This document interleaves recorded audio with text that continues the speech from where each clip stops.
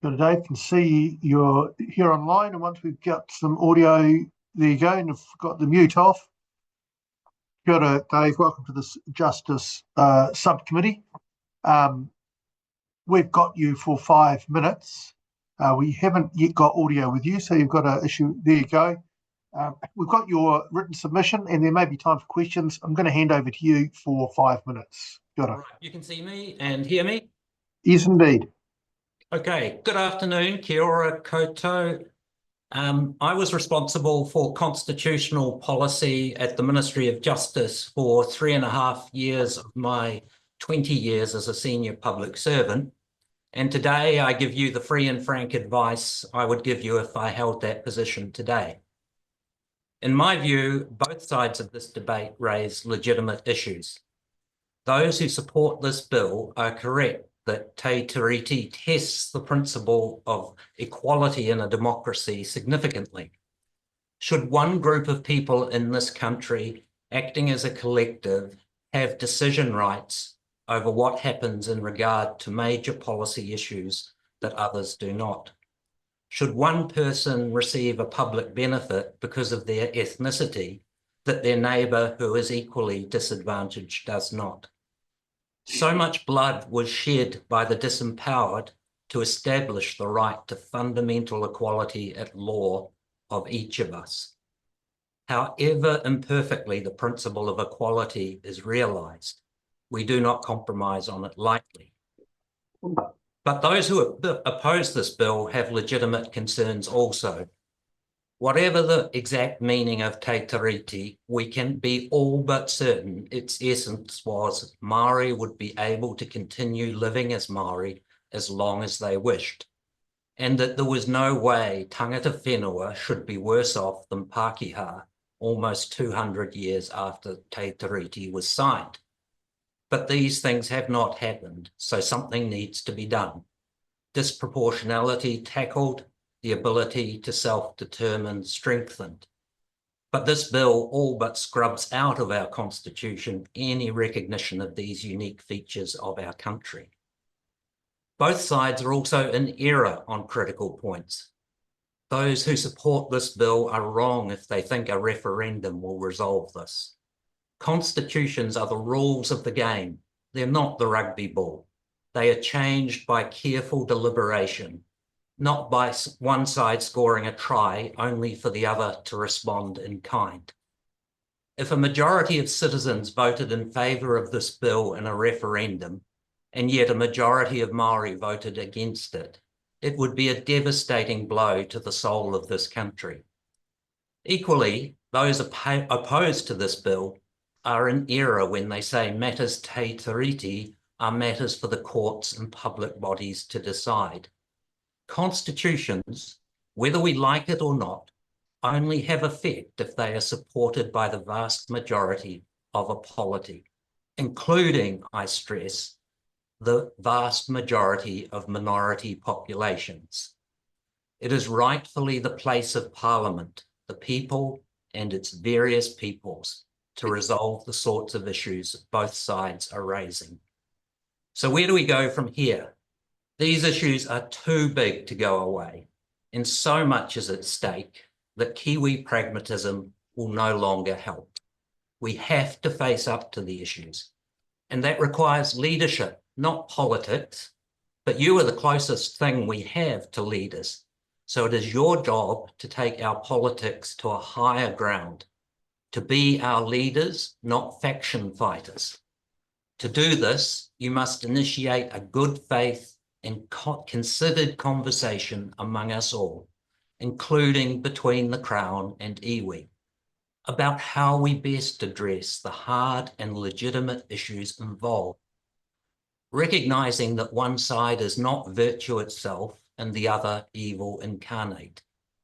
You must do this so that we can wake up on 6 January 2040 and know that we are living in a justly constituted land where all children can thrive, so that we can celebrate that together. If you can do that, maybe we can look back on you as heroes, and not just another set of politicians who spent their time saying, I am right, you are wrong, and never actually work together to resolve the big issues we face. I hope you take up this challenge. If you do not, I fear this land will not be a happy place come 2040. And if not even this precious country can sort out its problems, who are we to expect the rest of the world to do so? Thank you. Clearly a well-trained public servant, because that is exactly 5 minutes. Thank you. 600 words, I recognised. Thank you for your submission, and thank you for your written submission. We don't have time for questions. Cool. But, thanks, Gail. Thank you very much. Cheers. Members, our next submitter we have for 10 minutes. It's Ngati Kahungunu Ki Wairarapa Tamaki Nui-a-Rua Settlement Trust.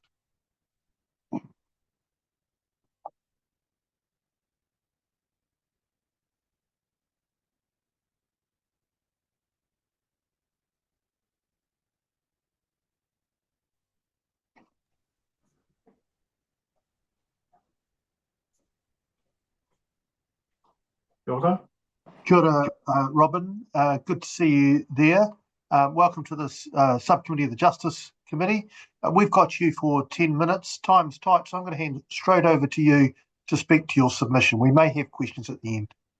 Thank you very much for your time today. It's a pleasure to be before you to speak on behalf of our Settlement Trust. I've read what is here. It took me 21 minutes, so I'll try and do it in 5. What I'd like to do is to talk to you about our relationship as Ngati Kahungunu with the Crown over a long-standing period, and then get towards the end as to why we oppose. So we are Ngati Kahungunu Ki Wairarapa Tamaki Nui-a-Rua Settlement Trust. Our journey with the Crown starts in 1853 when Governor Grey came to South Wairarapa to talk to our people at what we call the Big Komiti Nui. And it was there that he spoke about our two peoples coming together. Our people saw that as a coming together of the two races, to the point that they called it he kawanata, a covenant, as if it were a marriage between two peoples. And whilst the journey has been fraught with many hills and valleys, the journey still carried on for our people. By 1896, our people had a good relationship with King Dick Seddon, who used to come to Papua on very occasional times to talk to the Kotahitanga movement about the possibilities of law that were going through the House. And we saw this at that time as having that enduring relationship with the Crown. We do know that history has taught us that some of those laws have not been beneficial to our people. However, we still had that enduring conversation. In 1904, especially, Lord Ranfurly came to Papua marae, and he was greeted with a very short haka taparahi. I would just say it very quickly. Toi ia mai, te waka, ki te urunga, ki Aotearoa, ki te takoto rangai, takoto wai, te tiriti o Waitangi e. So our people, Kotahitanga, Ngati Kahungunu, we saw our relationship with the Crown based on Te Tiriti or Waitangi. That continued through the years, but as we get closer to the time that we've entered into our settlement arrangements, we as Ngati Kahungunu have come together as a settlement trust. We have seen the proposed bill before us, and we take issue with the principles that are there, and we do not believe that they satisfy us as Tiwi Māori and also as us as Ngati Kahungunu. With one of your principles, Principle 1, would grant the Crown the full and unaltered sovereignty in Aotearoa. We take issue with that because we believe we're in a partnership. And also we believe that there is a place for the Crown and the jurisprudence of the courts to act properly for all New Zealanders, inclusive of Māori. The second principle, which states that where Māori rights and interests differ to those ordinarily enjoyed by others, such rights would only be afforded where they are explicitly agreed in treaty settlements. As a mandated member to represent our tribe, I can tell you that Māori, being Māori, does not stop at treaty settlements. We would never expect to speak on behalf of all of our marae and how they do their business on the marae, we would get the short, sharp shift, I can assure you. And that includes our urupa. They have their own committees. We're here as a mandated iwi under a Crown process. The process that I speak to you today was always done through a Crown process. But at home, tātou kia tātou te iwi Māori, we will do our things the way that we've always done them. And on principle 3, that all New Zealanders equal before the law and everyone has the same fundamental rights. Well, we believe in that, but we also believe that they've already been entrenched in many of our constitutional arrangements, which we call our democracy. So what we do believe is that this is inconsistent with Article 3 of the treaty, because it's the Crown duty, we believe, for royal protection. We believe that our relationship with the Crown over many, many years affords us that right as iwi Māori. And if I was to close down our submission today, I want to say this. 20 plus years ago, there was one parliamentary team in Parliament that actually stood up for Māori rights. That political party was actually the ACT Party in regards to the foreshore and seabed. But today we see the ACT Party wanting to take away what we see as our rights. Where has that party gone? I used to enjoy listening to the ACT Party myself personally, talking about tax reform. I'd love tax reform. Who would want to pay less tax? Everybody would. I just think that this legislation has been written by those who do not know us as Te Iwi Māori. And the other thing I will say before I close off, when we had our settlement brought before the Māori Select Committee not 3 years ago, not once, but twice, but thrice, there was huge debate as to whether or not we should have a settlement. What I say to you as the Māori Select Committee, you were brave, you were justified, and you had the moral obligation to get us through the gate for our legislation. So what I'm asking you today, as Robin Pōtongaroa, on behalf of Ngati Kahungunu, Te Wairarapa Tamaki nui-a-Rua, that you know what is right, you know what is justified, and morally, it is the right thing to do to put this legislation back. Kia ora. Kia ora, Robin. Thank you for your korero. We've got some time for questions, and so we've got a Celia Wade-Brown. Tēnā koe, Robin. Good to have you here, and thank you for your very clear submission. I just wanted to ask you, given the majority commitment to abandon this bill, do you see it's a bit of a smokescreen for other legislation, or do you think it's the real issue? No, I sincerely believe it's a smokescreen for at least one piece of legislation before the House today, which probably will still end up being law. That's what I see. Kia ora.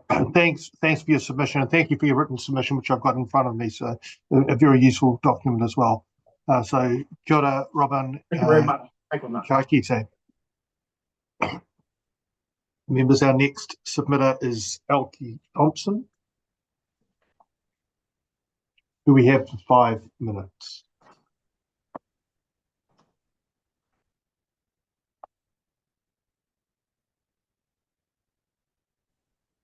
Kia ora, Elke. Welcome to the subcommittee. We've got you for 5 minutes. So in the interest of time, I'll hand straight over to you. We may have time for questions. Kia ora. Ka pai.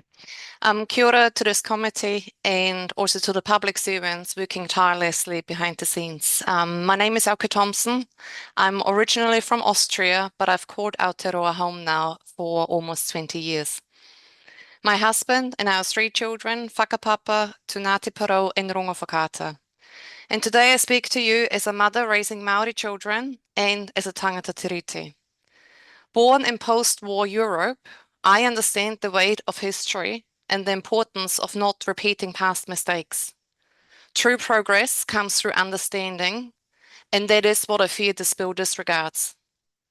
I'm deeply concerned about the proposed changes to the principles of the tiriti. While framed as promoting equality, they in fact undermine Maori rights and the spirit of the partnership that the tiriti embodies. True equality does not mean erasing tangata whenua's unique status or rewriting foundational agreements without mutual consent. How I see it, these proposed changes are not just a political maneuver, but they are an attack on the beating heart of our constitutional foundation. When I first heard about this bill, I was simply stunned. Beneath this rhetoric of equality lies a clear attempt to strip away Maori sovereignty guaranteed under Te Tiriti. Far from bringing people together, this bill is both deceptive and deeply divisive. And my heart ached when one of my daughters asked me, "Mum, why does the government want to take away my Maori rights? We welcomed everyone to live in this new world, so why do they get to decide to take away our Maori rights?" And she added, "But Mum, we are the kaitiaki of this whenua." And her name is Kaya, and she's only 9 years old. While working at the National Library when He Tohu opened, just across the road, I witnessed hundreds, if not thousands, of visitors to the exhibition, brought to tears as they learned the truth about he whakaputanga, its sheer existence, and clearly stating that this whenua never was up for grabs, and also the truth about the tiriti, that Maori never ceded their sovereignty. We cannot allow politics to weaken this partnership at a time where we're just starting to understand and educate our children through improved New Zealand history curriculum, simply because it has become unpleasant for some in power, as Maori start claiming their rights, grounded in their identity and enabled with knowledge. I want my children to live in a world where they can be unapologetically Maori without being labelled a radical. I want them with the tino rangatiratanga intact to stand as equals at decision-making tables at all levels, to ensure that Maori can truly live as Maori, as their ancestors intended when they signed Te Tiriti, but also as it was guaranteed to them under the Crown at the time. Te Tiriti is not a relic of the past, it has a beating heart. The principles allow Maori to protect their taonga, and for those protections to grow as the world evolves. And who are we to rob our future generations of the right to define their taonga? True unity comes from understanding, genuine partnership, and joint decision-making. And to those driving this bill, what have you done to truly understand? After a decade of learning reo, tikanga, living with Maori, I would never presume to know better, but I know enough to see how deeply flawed this bill is. As the whakatauki reminds us, kia whakatō muri te haere whakamua. I walk backwards into the futures with my eyes fixed on the past. Perhaps it's time you did the same. And to those opposing it, I applaud your courage. Now is the time to stand firm in support of our Maori whānau and a united and peaceful Aotearoa. I call on this government to reject the Treaty Principles Bill and to honour the full living principles of the Te Tiriti o Waitangi, to give effect to them and to continue building an inclusive and just future for us all. Toitu te tiriti, toitu he whakaputinga, toitu te māta ki mai, kia ora. Kia ora, Elke. That actually brings us to the time, so we don't have time for questions. But thank you for your oral submission, and thank you also for your comprehensive written submission that we have. So thank you, and thank you. All right, members, our next submitter is the Hamilton Methodist Church Trust.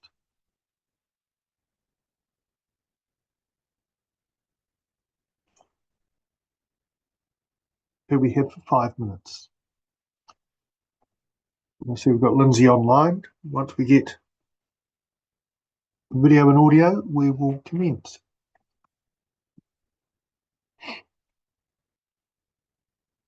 Does that work? Yes, we've got your audio now, Lindsay. We can go with that, or if you want to enable video, we can do that too. Okay, sorry, I thought I'd enabled video as well. Yeah, how's that? That's great. Lindsay, welcome to the subcommittee. Thank you.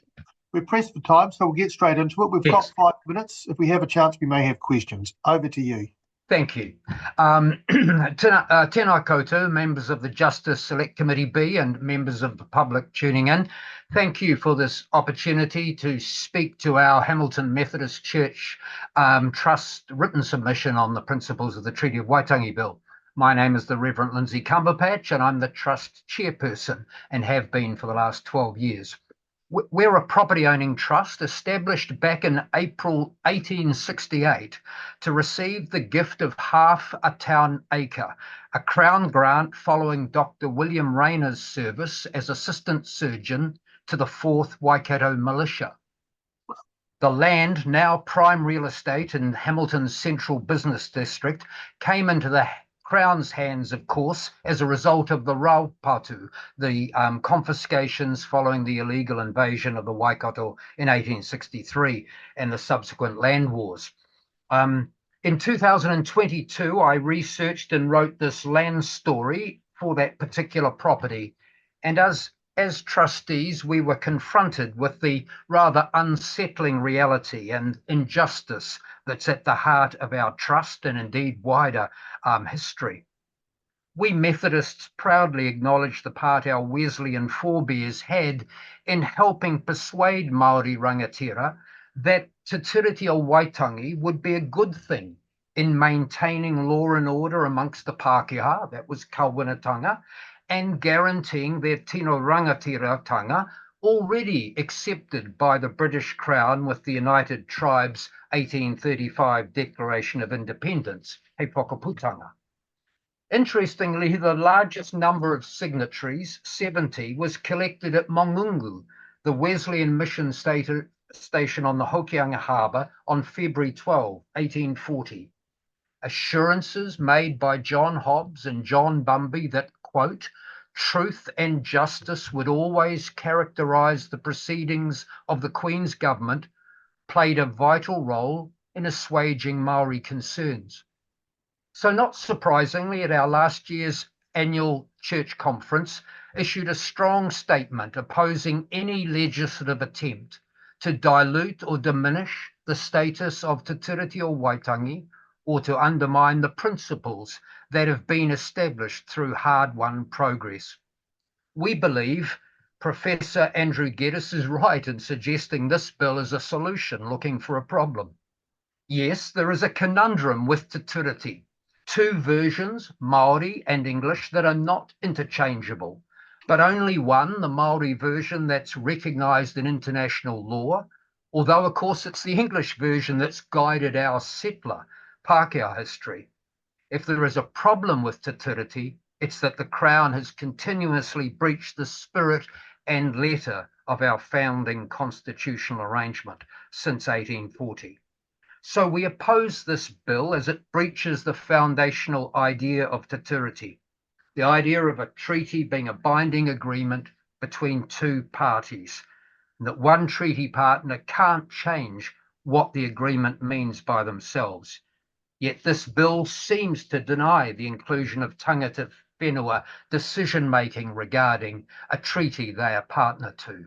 And look at the response last November, 42,000 people marching on Parliament as part of Hikoi Mō Te Tiriti to indicate the strength of feeling by Maori and non-Maori in opposing this bill.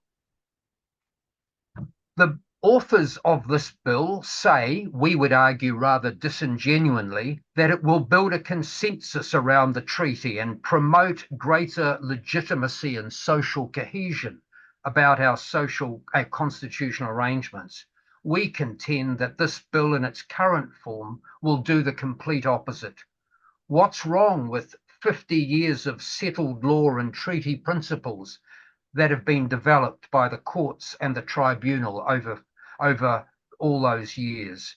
Is not the problem with people's lack of knowledge and understanding of Te Tiriti and its history. This bill claims to promote equality while ignoring the Crown's duty to promote equitable outcomes.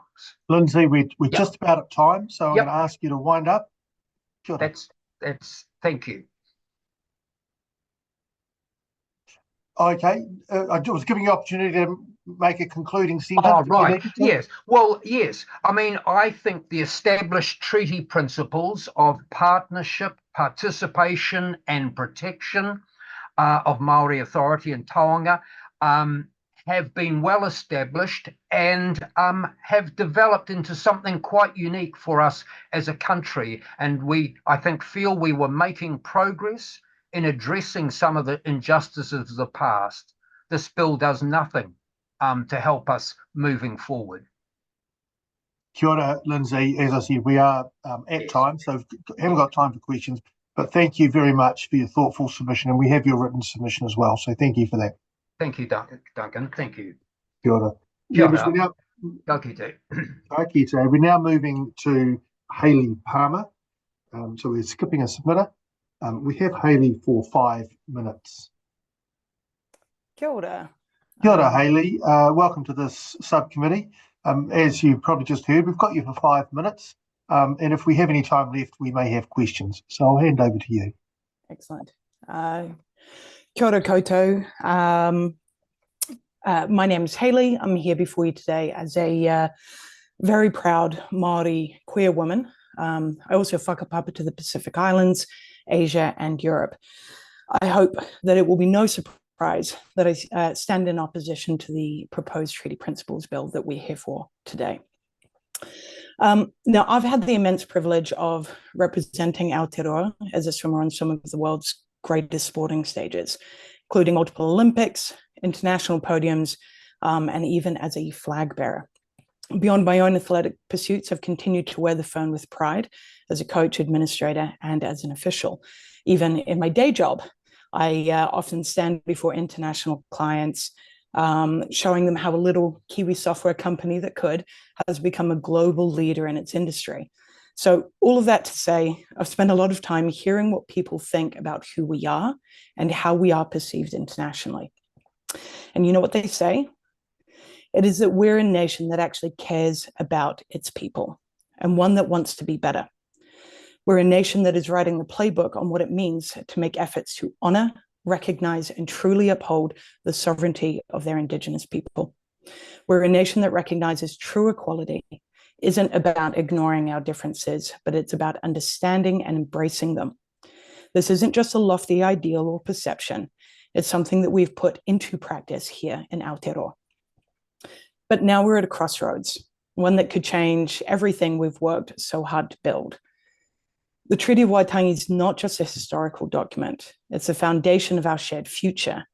It's our responsibility, not just as Maori, but as all New Zealanders, to honor it, because when we do, we all stand to benefit.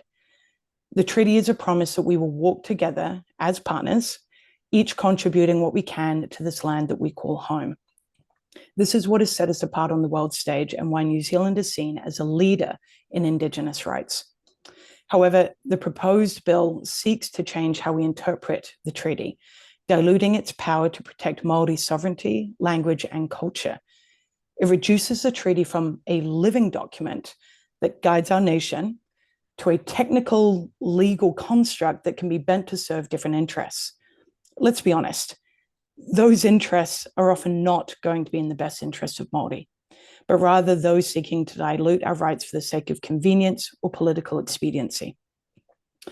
We have a long way to go still, but we've made huge strides towards inclusivity and respect for Maori and other minority groups. We've made history by embracing Te Ao Māori, by putting Maori culture at the heart of what it means to be Kiwi. It's not just about haka before rugby games, but hearing Te Reo Māori in our homes, in our schools, our workplaces, in the media. And it's in celebrating the change of the seasons with a holiday that's relevant and contextual to the country and the people that we are today. The current principles of Te Tiriti have allowed us to celebrate these differences and use them to build a stronger nation. I believe that if we abandon these principles, we risk abandoning the very foundation that has allowed us to thrive. Aotearoa has grown stronger because we've celebrated what makes us unique. In doing so, we've inspired others to do the same. It's not about diminishing anyone's rights or culture. It's about ensuring that Māori remain visible, strong, and self-determining for the benefit of all. I know firsthand what it feels like to break through glass ceilings. I've spent most of my life fighting for a place at the table while simultaneously making space for others. I've seen that when we come together, we achieve more. Whether it's standing up for marriage equality or fighting for the rights of Māori and Pacifica in our communities, we've proven time and time again that we are willing to do the hard work to make our country better for everyone. And in a global political climate that seems to put ego and profit over people and the planet, now more than ever, we must continue to fight for each other and make our voices heard. New Zealand didn't become a world leader by turning its back on its own people. We became strong by embracing what makes us unique, by celebrating Te Ao Māori, by recognizing that Māori are tangata whenua, and by building a nation that stands on those principles of partnership. We've led the world in creating a society that lifts up its Indigenous peoples, and we cannot let this bill undo that progress. If we change the treaty principles to what has been proposed and we send the message that a future where we walk together as equals, respecting the rights of everyone here in Aotearoa, is a future we're willing to abandon our commitment to. To close, he aha te mea nui o te ao, he tangata, he tangata, he tangata. Ngā mihi nui. Kia ora, Hayley. Thank you for that submission and thank you for your written submission. We are out of time, so we don't have any time for questions, but thanks again for coming online and speaking to your submission. So, ngā mihi and ka kite. Members, our next submission is Aukaha 1997 Limited, who we have for 10 minutes.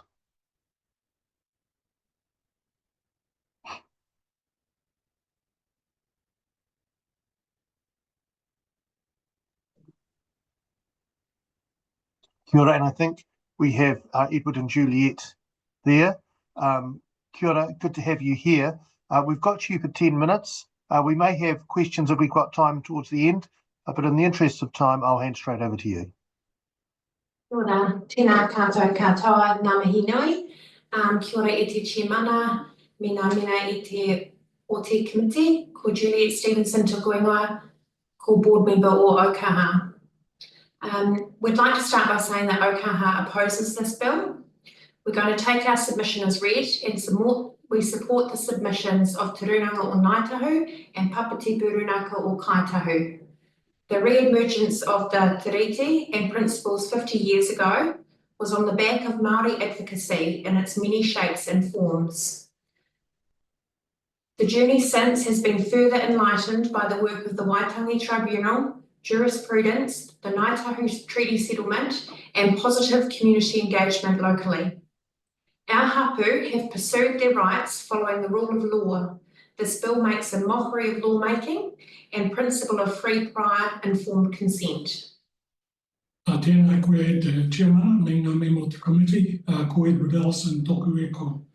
I've been invited by the board to assist with this submission. I'm the immediate past chair of Aukaha. Aukaha is a Runanga-based consultancy service owned and governed by 5 Papatipi Runanga delivering services in South Canterbury and Otago. It is a one-stop shop to assist Papatipi Runanga to engage with councils and agencies on meeting statutory responsibilities. We facilitate economic development by streamlining systems and making it easier for commercial operators and agencies to engage with mana whenua. Aukaha provides services across 3 main pau: environmental management, health and social services, and cultural design integration. The work we do has proved a success in multiple ways and brings benefits for kaitahu whānau and the whole community. We will share some examples of our work that show growing awareness of te riti and progression of settled treaty principles, such as partnership, participation, and protection. Example 1, the historic land sales and failure of the Crown to honour contracts resulted in namelessness and impoverishment compounded by alienation from our mahi kakai and customary resources. The lands reserved from sale in the Dunedin City area remain important as the home to our papakaika, marae, urupa, and a source of collective identity. Over time, the reserves have fallen outside of much of the infrastructure and community services afforded other parts of urban Dunedin. The principles of Te Tiriti play an important role in recognising the need and distinction of rights that go to the core of identity and continued existence through enabling future infrastructure that other parts of Dunedin take for granted. Aukaha involvement has resulted in better planning provision to recognise the important role the reserved land and associated village have in maintenance of hapu identity and supporting the exercise of rakaterataka. Example 2, the health of our rivers, lakes, wetlands and groundwater in Otago has been steadily deteriorating over time, alienating our whānau from their traditional resources and practices, significantly impacting on our rakaterataka. Principles of the treaty has brought our hapu to the table and enabled engagement on the important freshwater issues. Aukaha has been instrumental in assisting both Rūnaka and the Regional Council in the ongoing task of developing planning and consenting processes that meet the legislative frameworks. Aukaha provides consistent and professional support to the process and have helped the relationship between Rūnaka and the Otago Regional Council to be described as a partnership in action, holding the pen together, at least at the drafting stage.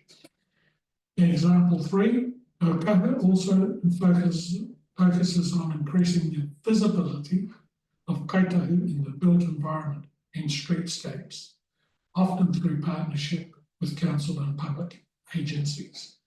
The Aukaha Urban Design PO has facilitated the design integration of kaitahu narratives in several projects in Otago, while the Aukaha Better Homes and trades and employment teams are involved in procurement for Maori businesses.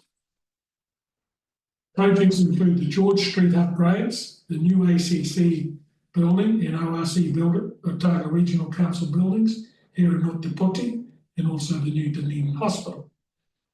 The South Dunedin Futures is a council-built project built on partnership with kaitahu to develop solutions for the benefit of our communities that the council would not have been able to do alone, while also avoiding the mistakes and breaches of the past. This work enables our whānau to see themselves in their cities and landscape, supporting their sense of identity and cultural safety.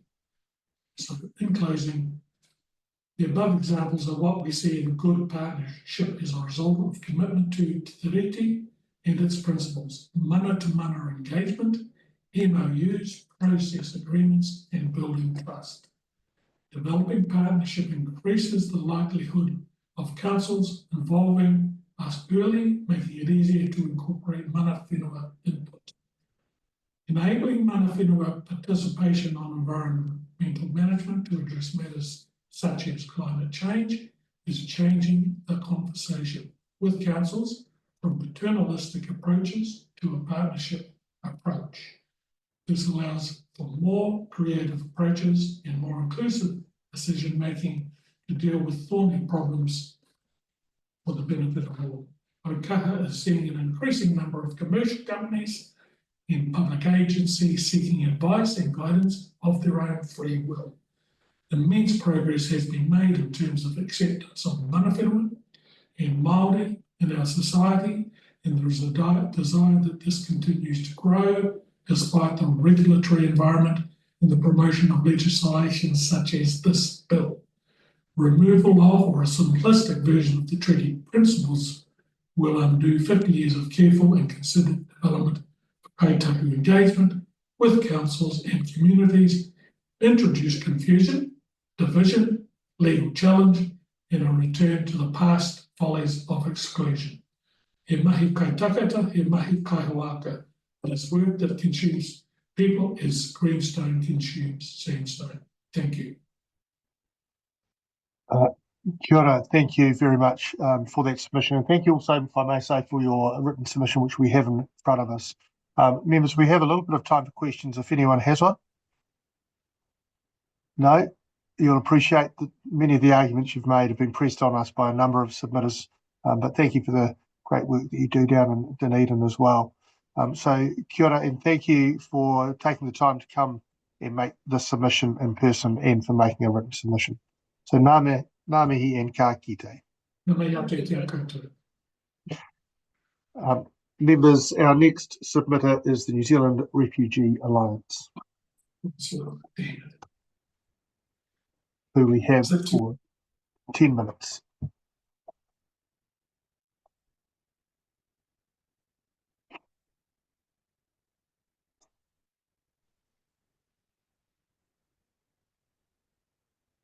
Kia ora, Bridget, and we have Nadia as well.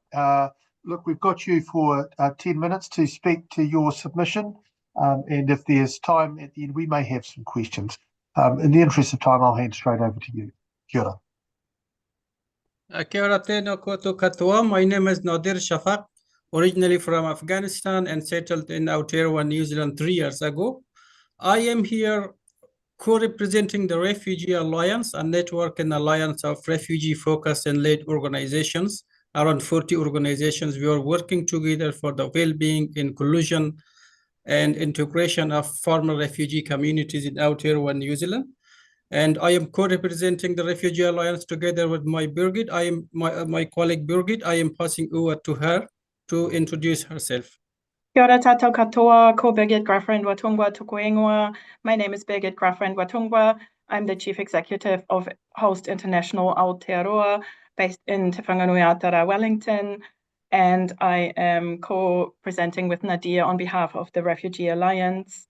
Our coalition works alongside Maori, tangata whenua, and other communities, including Taiwhenua and tangata tiriti, to build a fair, just, and inclusive society.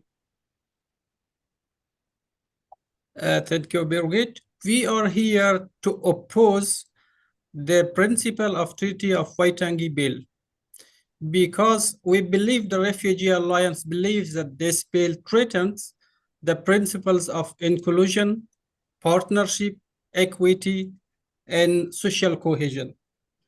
We believe that the treaty is an agreement between two sovereign entities, which is the Maori, Iwis, and nations and Crown. And any party cannot change the agreement unilaterally. And it should be in partnership and consultation with each other if there is need for clarification of anything that. So any changing of agreements, which is the foundation of a nation, without considering the wishes, aspirations, and the needs of the other parties could erode the social cohesions and lead to instability of a society. I am coming from Afghanistan. Let me share my personal experience with you. We had a constitution which was the best in the region. Our constitution recognized the diversity of Afghanistan, recognized the individual liberties and civil rights, and also the separation of powers.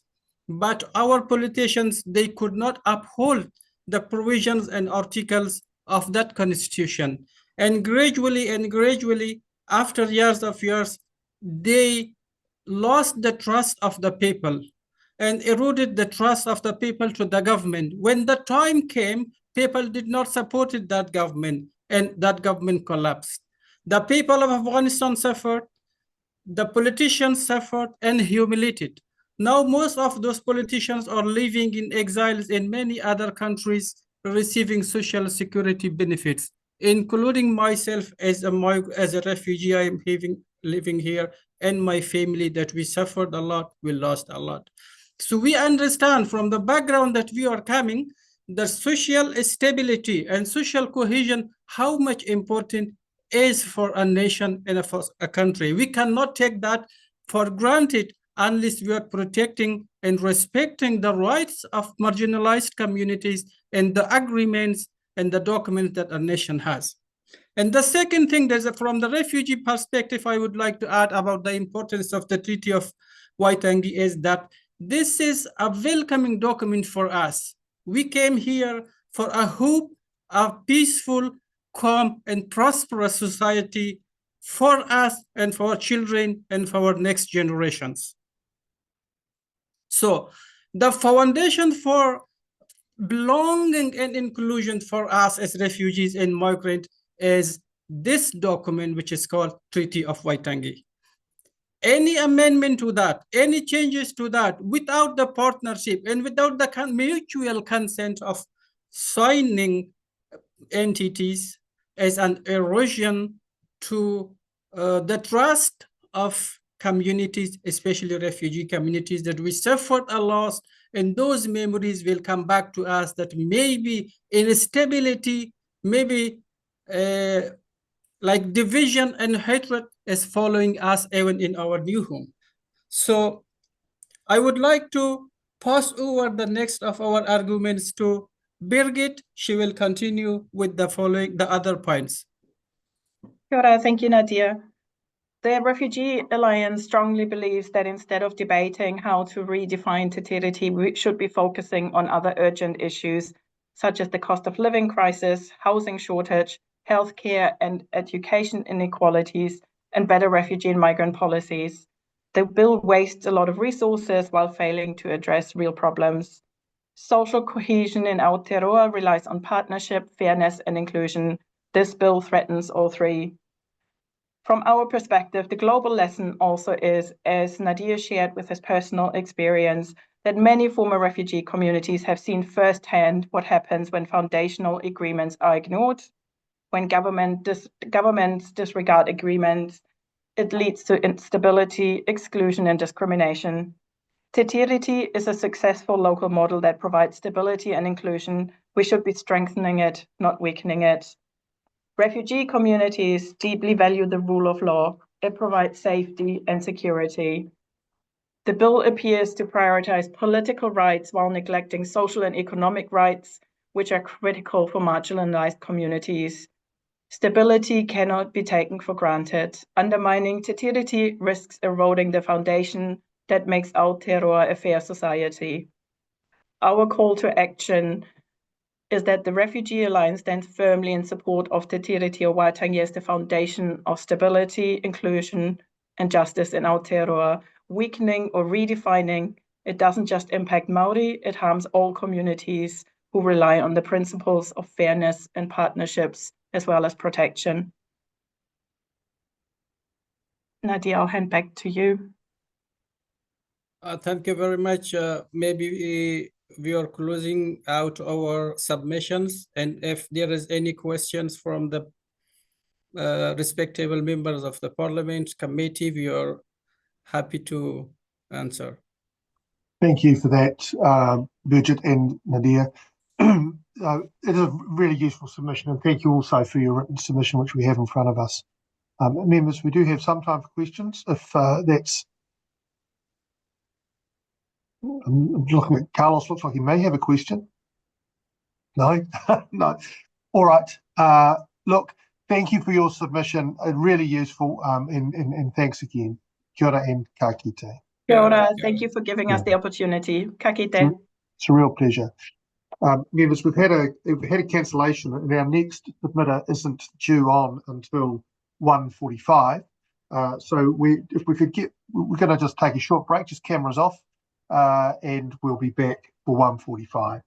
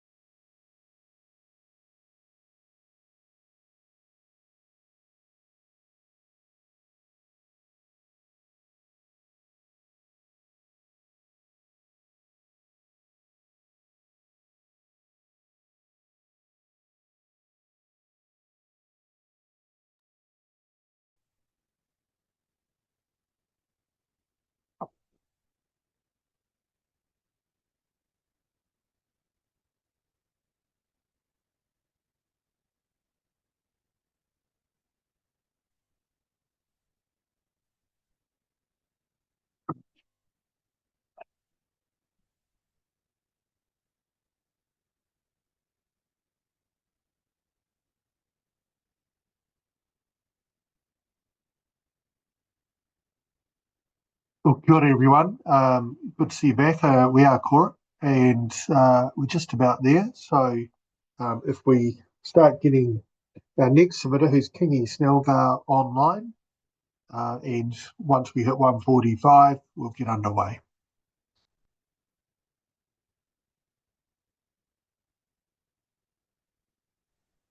Kia ora, Kingi. Good to see you here.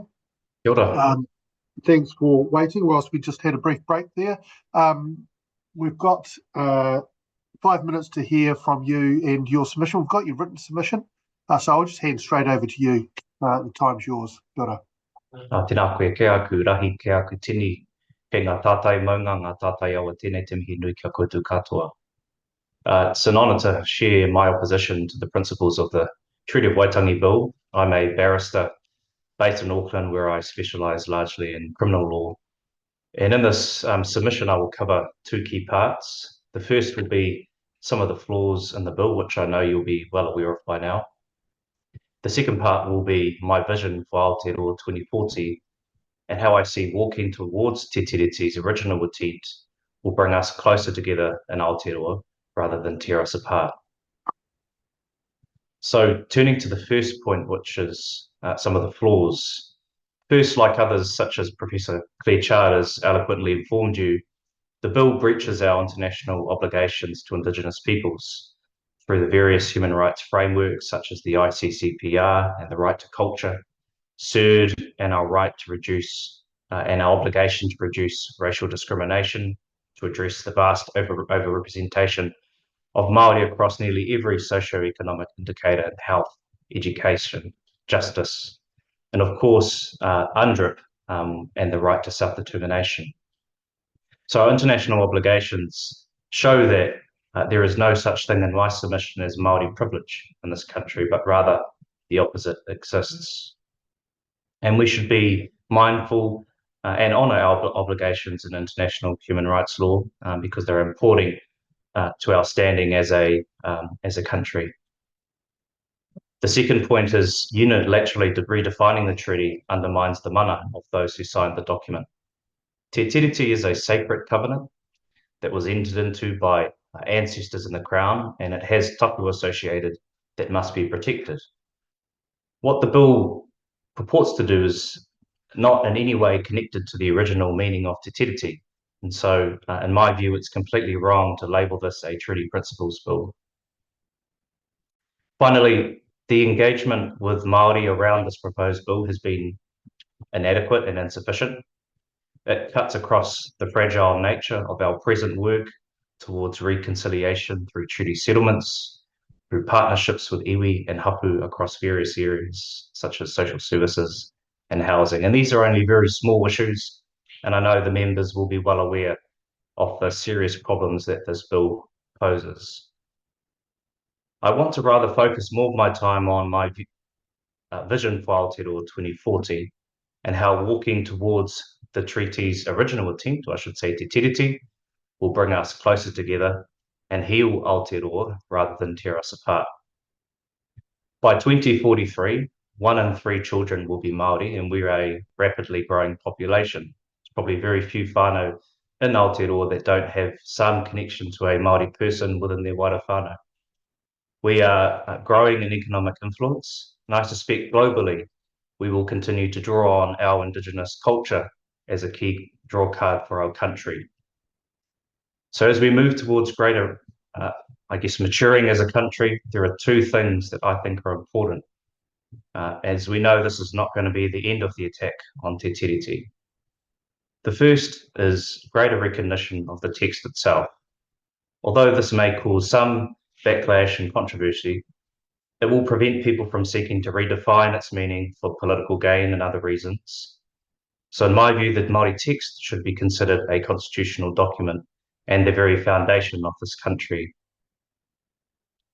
The second point is to recognise and embrace our place as leaders in Indigenous rights. And I want to discuss this in a bit more detail.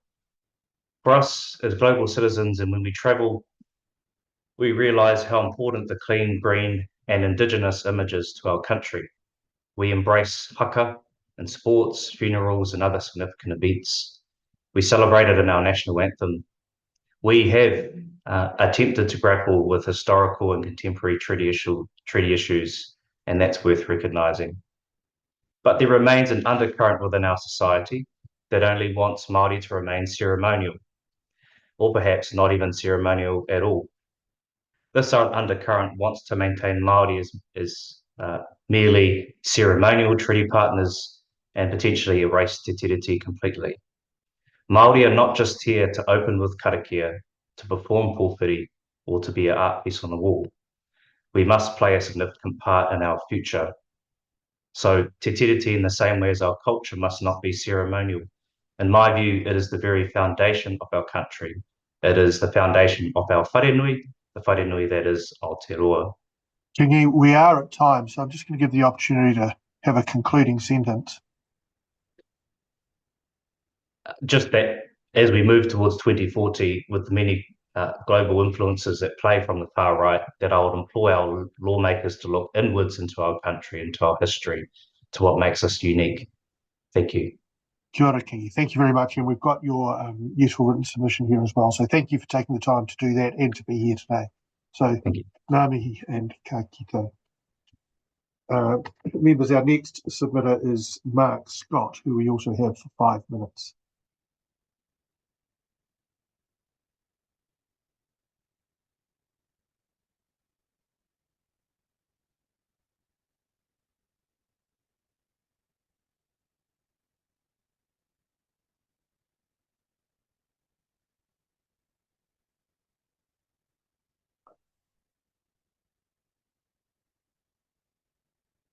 Mark Scott's online. As soon as we've got his... Kia ora, Mark. Good to see you. Hey, kia ora. We've got you here for 5 minutes. So in the interest of time, I'm going to hand straight over to you. If there's time left at the end, we may have questions. Hey, kia ora. Tēnā koutou katoa ngā memo te komiti ture, ko Mark ngā hoi Scott hau no roto mai ngā kāwai heke o ngā hapu me ngā iwi o tauranga moana, o tikapa kapa moana no, o eno e tūtakitaki ana I ngā kanaku me ngā hatete o ku hapu me o ku iwi ki roto te taitokerau.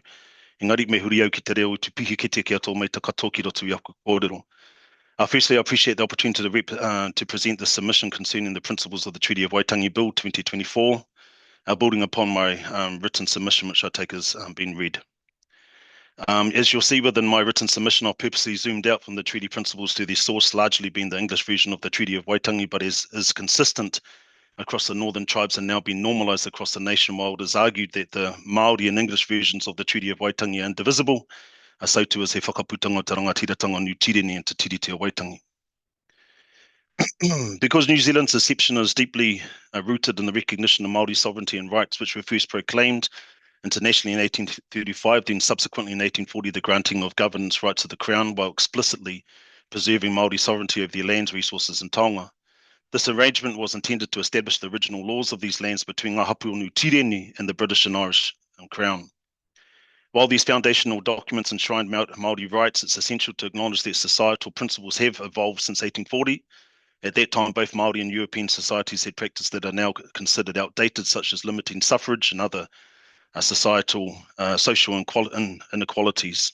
Our nation has progressed towards a more inclusive democracy of a special character. Recognising the evolution of our societal values does not negate the importance of upholding the rights guaranteed to Māori in our founding documents.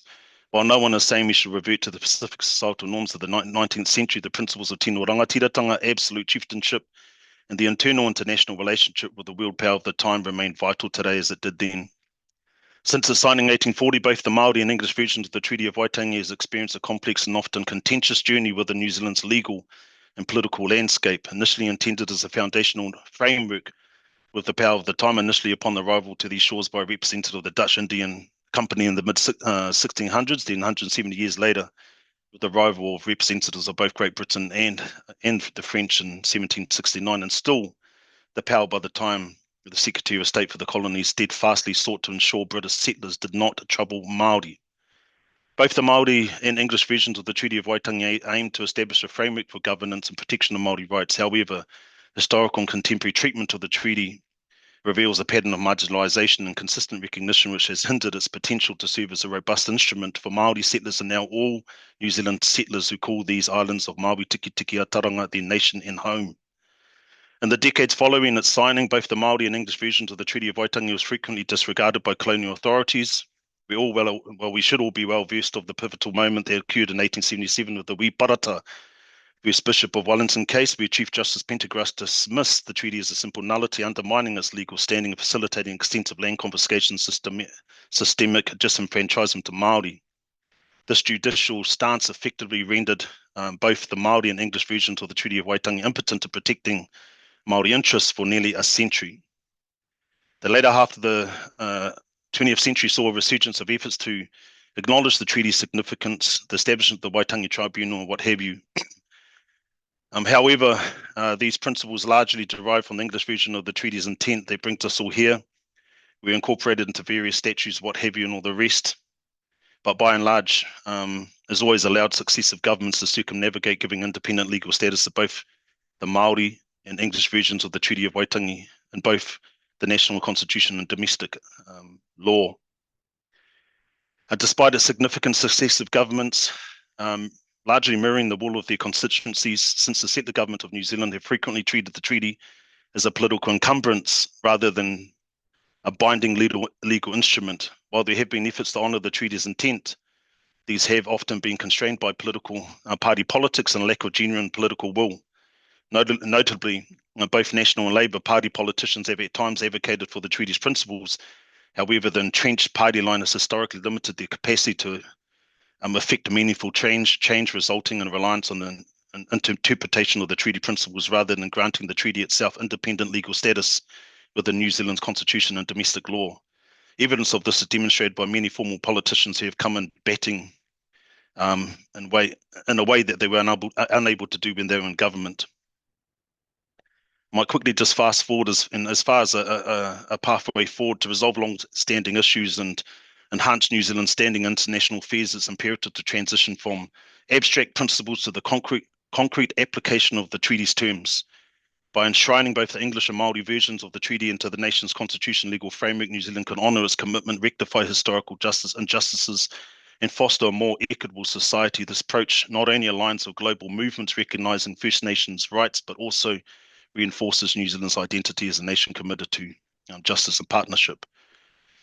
And I do draw on Ned Fletcher's work in particular, which achieved something which many Māori and non-Māori haven't been able to achieve, and ultimately the principles would come about due to a perception that the English and Māori versions were unable to be reconciled, but international precedent says otherwise, which would ultimately should render the treaty principles redundant. Mark, we're pretty much at kia ora, Mark. We're pretty much at time. So unless you wanted to have a concluding sentence, we'll leave it there. No, happy to leave it there. Tēnā koutou katoa, kia ora. Tēnā koe. Thank you for that submission, and thanks for your useful written submission, which I have in front of me. So that's great. Thank you. Hei kona. Members, we have Te Hiri Marae trustees, and I think Councillor Pritchett Bell is presenting.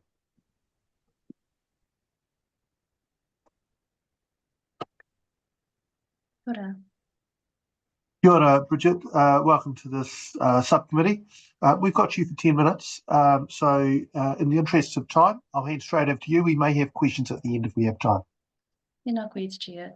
Tēnā koutou, ngā pou o tēnei committee, huri ngā whakaaro me mihi ki ngā kapu o te motu, ki roto i te āhuatanga o te matatini. Nō reira, ko tainui te waka, ko hotu roa te tangata, ko roa hene te maunga, ko rangi tika i te awa, ko kākāriki te pai whenua, ko te hiri te marae, ko Ngati rangatai mata kore te hapu. I have the privilege of speaking on behalf of Te Hiri Marae. Inside this room there are whānau online, and they're also presenting their oral submission at Matatini stage today. So the mihi kia koutou. I will take our submission as read, and from here I will give a kōrero and leave time for questions if need be. Te tiriti is an agreement between two sovereigns and protects the unique responsibilities and interests of both, tangata whenua and the Crown.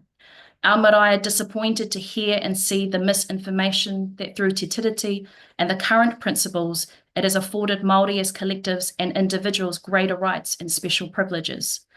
Te Hiri Marae would like to remind the Select Committee that Te Tiriti wasn't an agreement that attained special privileges for Māori, but an affirmation of our pre-existing tino rangatiratanga. I would like to share with all of you the significance of the name of our marae, Te Hiri or Mahuta. Hiri is to seal, or in other words, sovereign. Mahuta is our third Māori king. Te Hiri or Mahuta, the seal and sovereignty of Mahuta. Already in our name, every descendant is given the truth that we as Ngati rangatahi, matakore, have our own tino rangatiratanga. It is delusional to think that we would cede or share our hapu sovereignty. Te Hiri would never cede sovereignty to another iwi. Why would we cede sovereignty to a foreign power or the administrators of the Crown, the government? We believe the promoters of the bill have exploited the ignorance, deceitfully manipulated the public, and leveraged off the lack of education of Te Tiriti. This bill, supported by the void of truth, has emboldened some of the most hateful and hostile attacks onto iwi Māori.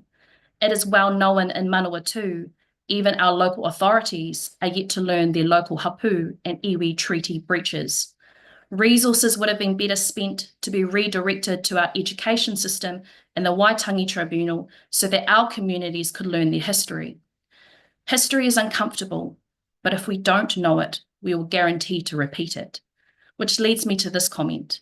It is devastating to Te Hiri Marae that our grandparents, tupuna, and generations before us who championed and toiled to protect us and our taonga, that we are even here today speaking to this. This bill has already taken us back, and there will be a reconciliation period this current government will need to do. I'd also like to convey that even though only one party is the promoter of the bill, it does not absolve the responsibility of National or New Zealand First. This bill should never have gone to the first reading. It should have been withdrawn and not used as a political football to attain power during your negotiations to form a coalition government. But here we are, Momo Te Wā, wasted thousands of time, energy, resources, wairua, and emotional labour. But our submission amongst the thousands of others who oppose this bill sends a message to the coalition government. We do not trust you. Te Hiri Marae participation today is not because we feel threatened by the legitimacy of this bill. This bill has no integrity or mana, but rather our submission is reflective of the staunch and unwavering aroha we have for our people, our descendants of our marae, our babies, our kaumātua, our kingitanga, our whenua awa, and to all our local Te Tiriti allies and neighbours who coexist with Te Hiri and not threatened by our way of being Māori. Te Hiri welcome a discussion. We are not afraid of robust conversation. But although it has been said that the purpose of the bill is to generate a kōrero, we find that disingenuous. Already in proposed principle number 2, it refers to acknowledging settled iwi. Like most of the hapu in Manawatu, rangatai and matakore are both unsettled hapu. To infer that we must settle before we have rights that will be acknowledged as a corrupt abuse of power, it's abhorrent and dirty.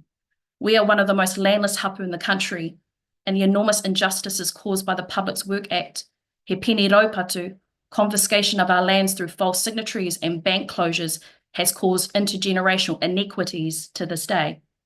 We urge Select Committee to withdraw this bill. Nations will never progress when promises are broken.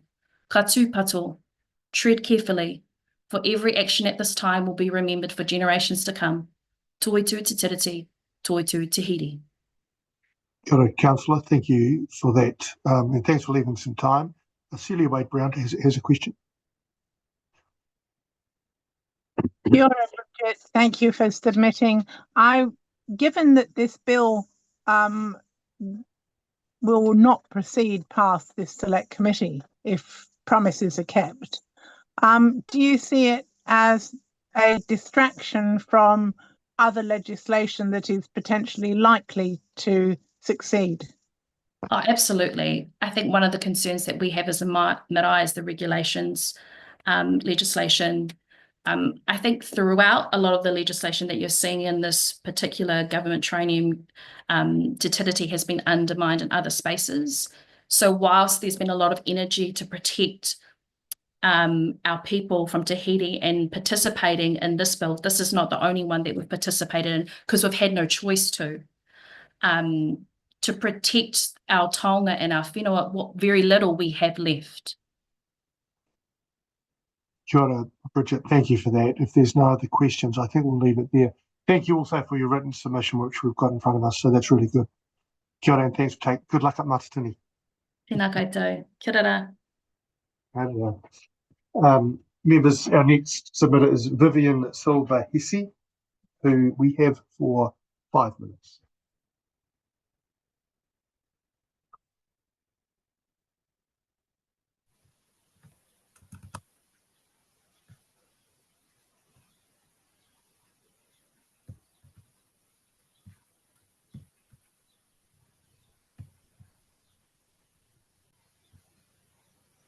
Kia ora, Vivien, welcome to this subcommittee. We've got you for 5 minutes on this Principles of the Treaty of Waitangi Bill. There may be questions at the end if we have time. I'll hand straight over to you. Perfect, thank you. Kia ora, my name is Vivien. I would like to start my time today by thanking the committee for the opportunity to speak. I understand that you have received a great number of submissions to read and listen to, so I appreciate the time I've been given. I would like to start my presentation today by acknowledging that the only reason that I am able to live in Aotearoa is Te Tiriti o Waitangi. Growing up in Otautahi, where I was born, I did not believe I had any connection to Te Tiriti, let alone any awareness of what it meant to be a partner of the treaty, specifically as Pākehā.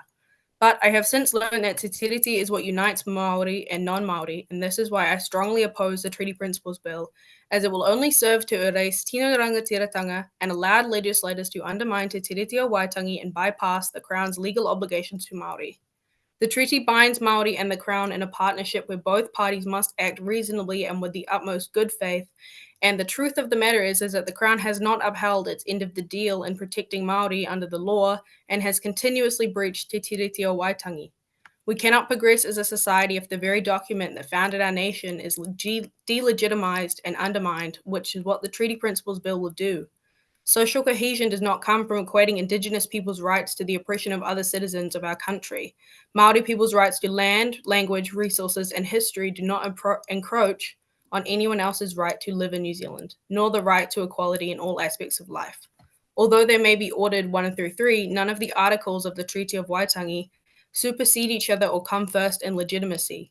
They are not exclusive, and Maori seeking justice and reparations for the harm past and present breaches of the treaty have caused is not and will never be them having more rights than non-Maori. Having the Crown fulfill its obligations to Maori should not be a cause of distress. Instead, we, non-Maori, should be in full support at the thought of our Maori peers receiving what they agreed to. There has been much discussion about equality, and yet I fail to see where Maori are being afforded more rights than non-Maori. The Mental Health Foundation of New Zealand has found that Maori have significantly higher suicide rates than non-Maori living in Aotearoa, and many other health outcomes, including fatality of lung cancer and life expectancy, are also worse for Maori. If this is privilege and Maori are having so-called more rights than non-Maori, I think it is time to reevaluate our definition of privilege. If someone breaks your leg right before running a race, a cast is not a privilege your able-bodied competitor is denied. Neither is being given your own lane to run in. Time does not heal all wounds, and the injustices that have occurred since 1840 against Maori through breaches of the treaty are not suddenly in the past because we would like equality now. The real unity will come from honouring Te Tiriti and fighting together against greater social, political, and environmental issues. There are bigger fish to fry, so to speak, that we as a society should be putting our time and effort into. Inflation is skyrocketing, living costs continue to increase, income inequality only gets worse, our environment and native species are suffering due to climate change, our fellow Pacific nations are at risk of rising sea levels, the support for our disabled and at-risk communities are underfunded and understaffed, and our education system is in great need for reform. Not only will this bill cause harm if passed, but it is dividing us at a time where we must stand united. It is only through respecting and honouring Te Tiriti and the shared history of Maori and non-Maori that this is possible. Thank you for your time. Kia ora, Vivien, thank you for that. Look, members, we've got a little bit of time for questions if anyone has one. No? Okay. You'll appreciate that you're reinforcing some views we've heard already over the past several days. But can I say thank you for taking the time and thank you for your written submission, which I have in front of me, which is also useful to us. So kia ora and thank you, Vivien. Kia ora, thank you. Members, the next submitter is Tim Giles, and we have Tim for 5 minutes.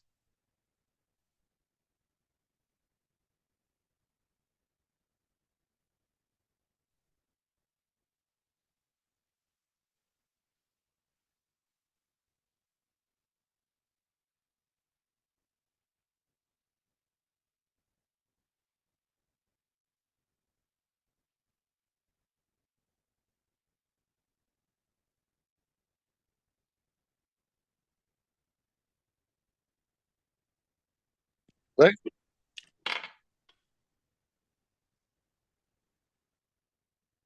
Good, Tim. We can hear you there, and if you want to, there you go. Good, Tim. Welcome to the subcommittee on the Treaty Principles Bill. Thanks for making a submission. We've got you for 5 minutes, including any time for questions. I'll hand straight over to you. Kia ora. I can't hear you. Your audio is pretty rough there.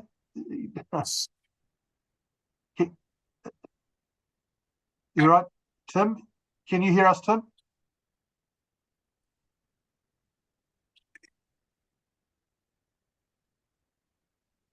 Okay, we're having some difficulties there.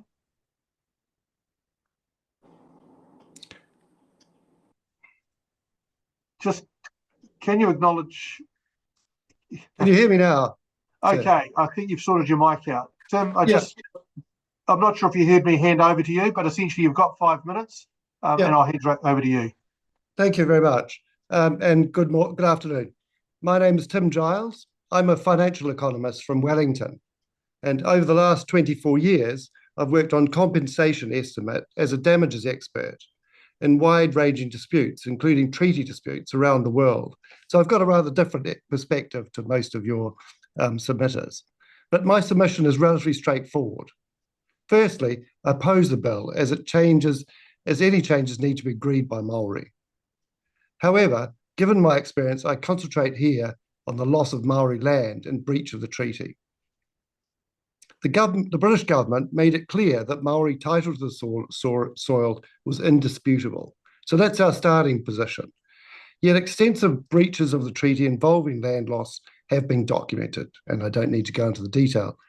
But compensation has never remotely reached the level non-Maori could expect when the government appropriates their land, or if compensation was set according to the international standards for treaty compensation that I deal with every day and every year for the last 24 years. So the standards of compensation are completely out of line with both local standards and international standards. Effectively, Maori have not received equal protection and equal benefit of the law from any New Zealand government in relation to compensation for land losses. The two landmark cases, Waikari Tainui Rapatu and Ngāi Tahu claims, illustrate the scale of the injustice. These claims were in the billions, and yet compensation amounted to just 1 to 2% of the economic value of the loss. This falls far short of the restitution standards applied in international cases globally, or to the value other New Zealanders would expect if their land was seized by the government, such as under the Public Works Act. The process is also entirely one-sided, with the government avoiding independent adjudication and never providing a reasoned basis for its offers to iwi that would reflect the losses suffered. A national conversation about the treaty would be a perfect moment to ensure that Maori do, in fact, receive equal protection and equal benefit of the law now and in the future, and in my submission, especially in relation to land compensation. And thank you. Do you have any questions? Just having looked at your submission, interesting work that you do, obviously. Is any of the work that you did around valuation of a kind of historical nature in terms of disputes that have arisen several generations ago? I'd be just interested in any comment you might have on that. Not necessarily several generations ago, but 50 years, 60 years ago. So there's a sort of a fairly well-established sort of way of looking at these, cases in the past, because, obviously most of the cases are in the past, and these cases all do take quite a lot of time. Could be 15 or 20 years. So there is a way, there are ways of looking at this, both, historical and bringing the claims up to date effectively. And I guess it's a strange way to put it, but is there a discount for time elapsed, or do you just go for a restitution principle every time? No, there's no discount for time elapsed. It's quite the opposite. So quite often a case will be saying, what's the value today of the loss of the land, say the land, and what was the benefit that's been lost over the historical period. So rather than a discount for the period, it's actually an increment, because you say, well, what's the profits? What profits were earned in that period? And interestingly, neither Ngāi Tahu or Waikato Tainui included that element. So their claims are actually relatively conservative. Okay, we're pretty much out of time, so we'll have to leave it there. But thanks very much for your contribution and your interesting written submission as well. Oh, well, if you have any further questions, please let me know. I'm happy to answer in writing. Thank you. Kia ora. Thank you very much. Members, we now have the Kawerau District Council, and Hayley Tanui, I think, is presenting.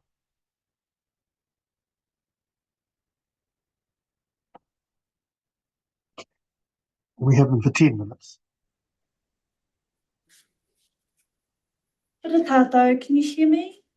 Kia ora, we can hear you. We can't yet. Oh, we've got a bit of a camera going on there. Okay, we've got two cameras there, but that's all good.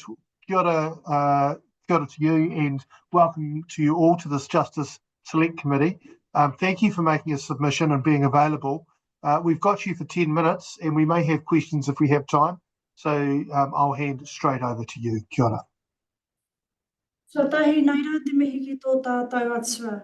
Nāna nei ngā mea katoa. Tuarua, ngā mihi nui, mihi honore, kia koutou ngā mema katoa o te komiti nei, kia tātou katoa e hui mai nei tēnei ahi. Ko kahi ka ngā reta tūnui a hau o te kaunihera arohe o Kawerau. I'm Hayley Tanui, Mayor of the Kawerau District Council, and I greet you this afternoon with an acknowledgement to the families of our hapori, our community, who have lost loved ones so very early in the new 2025 year. Ngā mihi aroha kia koutou, ngā mihi aroha kia rātou. I'm joined in the Kawerau District Council chamber this afternoon by our iwi liaison, cultural advisor, Te Haukakawa Te Rere, and Deputy Mayor, Heretaunga Hika. Kia ora tātou. Kawerau is home to near 8,000 sons and daughters of our maunga tapu, our sacred mountain, Te Rōpū Tauwaki. Our community is an interwoven whāriti of tangata whenua mā, iwi Māori mā, me ngā tauiwi mā. Those birthed of this whenua, iwi Māori whanaunga of Adaro he pōtai, and the families of all the ethnicities, not only of Aotearoa, New Zealand, but of Te Ao, the world, te katoa. Kawerau is home to one of the highest proportions of Māori, most recently recorded at 63%, and has been recorded as one of the highest proportions of fluent and conversational Te Reo Māori speakers across the Motu. Kawerau is where the honoured tipuna Tuwharetoa i Te Ao Pauri, founding ancestor of Ngati Tuwharetoa mai Kawerau ki Te Tai, was raised, and the ancestor from whom the tangata whenua of Kawerau sourced their mana tupuna, mana whenua, and mana tangata traditions and practices. As the democratically elected representatives of Kawerau, we are respectful of this tangata whenua legacy and the responsibilities and considerations the Crown, be it central, regional or local government, can and should honour with regards to tangata whenua as dual partners to Te Tiriti o Waitangi, the Treaty of Waitangi. As Council for the 2022 to 25 triennium, we've been guided by tangata whenua chiefs and representatives in our work to ensure meaningful, respectful consideration and inclusion of shared values and traditions in our local government mahi, where the decision-making authority has been clear, has been local, and has been from and for home. Problematically, this has not been possible where the decision-making authority has sat outside of our local council, where directives with the threat of punitive non-compliance penalties have been directed from other arms of the wider government whānau, not only to detrimentally impact tangata whenua of our hapori, but all the sons and daughters who call Kawerau home. Situations such as these, lacking iwi and wider community consultation, strains local relationships, the very relationships necessary to care for and grow home, and has been the cause of unnecessary and unhelpful division, where those of us who start and finish every day under koro pūtauaki continue to come together side by side, shoulder to shoulder, for Kawerau today, Kawerau tomorrow, guided by the wisdom and learnings of our whakapapa, our history. And speaking with people young and old across our communities, tangata whenua, iwi Māori, me ngā tauiwi, the underlying message has been simple. If it is your wish to seek clarity regarding an agreement, a promise already in place, meet with those you made the original agreement with. If you wish to better understand, alter, amend, or make changes to the agreement, the promise that was made with Māori through Te Tiriti o Waitangi, the Treaty of Waitangi, have the conversation with Māori. The borough, now district of Kawerau, was established in the 1950s, inviting all people to our piece of paradise with the promise of hope and future wealth and prosperity for everyone, for anyone, through work at the Tasman Pulp and Paper Mill. For the generation who call Kawerau home today, the promise of hope and future wealth and prosperity has been likened to an urban myth, and this generation may never know or experience the thriving boomtown hustle and bustle of the decades which precede the Kawerau we know, hear, see and feel today. Or perhaps this generation will once again experience a thriving boomtown hustle and bustle Kawerau not of Uncle Tasman, but of this century. Despite the closure of what eventually became Norske Tasman, Kawerau continues to provide work opportunities through manufacturing, processing and service industries of small, medium and large-sized business. New and remodelled housing has increased in recent years at the increased costs of building and regulation through tangata whenua kāinga ora and the Kawerau District Council. And the community has seen a resurgence of sports, exercise and community social interaction groups, further weaving together the strands of our hapori whāriki, our woven community mat of Kawerau. Today we sit on the cusp of contributing to the nation of Aotearoa, New Zealand, for the second time in the short history of our beautiful town of Kawerau, with higher standards of kaitiaki taiao, environmental stewardship care than ever before. Following the national and international contribution made by the big project thinking of the Tasman Pulp and Paper Mill, ki Kawerau kaitiaki, guardians and protectors are exploring renewable green energy, particularly in geothermal, energy generation alternatives to reduce current dependency on traditional sources such as coal, and continue to explore the decarbonisation and optimisation of the supply chain. Current future-focused explorations are largely with tangata whenua organisations and or Māori land block kaitiaki, and bills, such as the current Treaty Principles Bill, are unhelpful and obstructive in the work we are doing at home, from home, for home, and for our wider nation, te katoa, to allow Kawerau to do what we need to do from home. We ask that those who are in the positions of authority and decision-making put this bill to rest. And as the young and old of our community have simply said to us, if it is your wish to seek clarity regarding an agreement, a promise already in place, meet with those you made the original agreement with. If you wish to better understand the agreement, the promise that was made with Māori through Te Tiriti o Waitangi, the Treaty of Waitangi, have the conversation with Māori. Pirinua, mai te pito o tō tātou ao, from the centre of our universe of Kawerau. Tēnā koutou, tēnā koutou, tēnā koutou katoa. Tēnā koutou, thank you for that. We do have a little bit of time for questions, and I'll go to Celia Wade-Brown. Can I query your worship? Tēnā koutou te kaunehera. Thank you for your thoughtful submission. And I wondered if you could comment on the following. Despite assurances that this bill will not proceed, do you believe it is part of a pattern with Maori ward referendums being compulsory, with removal of various aspects of Te Tiriti from other bills, or do you think it is a thing in itself on its own? Thank you.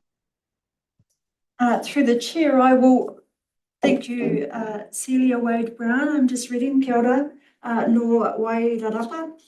The feedback that I've received from our old people, from the elders of this community, both tangata whenua, both Māori and Taiwhenua Mā, is that I'm not sure if it's quite a pattern, but they're incredibly unhelpful, where there's an erosion of trust that we've rebuilt as we've gone about authentically and genuinely reaching out, and the work that we do, not to consult, but to be guided. There is quite a difference. So that there is genuine consideration of the impacts that the decisions that we are making have had. I've not heard the languaging of a pattern of sorts, but anything that puts strains our local relationships is unhelpful as we go about our work together with everyone that calls Kawerau home. I'm not sure if that answers your question, but I hope that certainly helps. Thank you. Ngā mihi. Ngā mihi, kia ora. Thank you for that. Look, we're pretty much at time, so we're going to have to leave it there. But can I thank you for your submission and your written submission and for coming online and talk to it. So ngā mihi and ka kite. Kia ora tātou. Members, our next submitter is Sarah Pritchett, who we have for 5 minutes.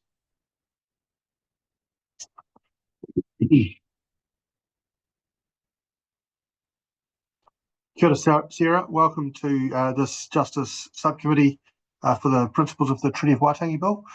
We've got you for 5 minutes to speak to your submission, so in the interest of time, I'll hand straight over to you. Kia ora. Kia ora. Tēnā koutou katoa, ka mihi nui ki te Sub-Select Committee nei. Kei ototahi au I te takiwā o Kaitahu. Thank you for the opportunity to submit orally against the Treaty Principles Bill. As I noted in my written submission, my ancestors arrived here from Britain over a 50-year period starting in 1840. I had a middle-class, very Pākehā upbringing in Ototahi, Christchurch, with loving, supportive parents and grandparents. We didn't always have much money when I was young, but we always had a warm house and nutritious food on the table. Some might say I was lucky, but luck in this country is about being born into a family in a nation that was designed by people like me, for people like me. While it wasn't easy for many of my earliest ancestors here, generally speaking, there weren't a lot of barriers to thriving for us as white, middle-class people. I will give you an example of what I mean. My grandfather, Delabere Pritchett, went to Gallipoli to fight in World War I. His arm was badly damaged and he eventually lost a leg when the shrapnel in it made its way out 10 years later. He was one of the servicemen who was allocated a farm in the returned serviceman ballot scheme. This set him, my grandmother, and later my father up for life and provided both a home and an income. Let's contrast this with a story I heard last year on Mihinarangi Forbes's podcast, Mata. In it, a woman called Tina from Tokomaru tells the story of her grandfather, Hori Whakataka, who fought in World War I as part of the Maori battalion. Like my grandfather, Hori lost a leg.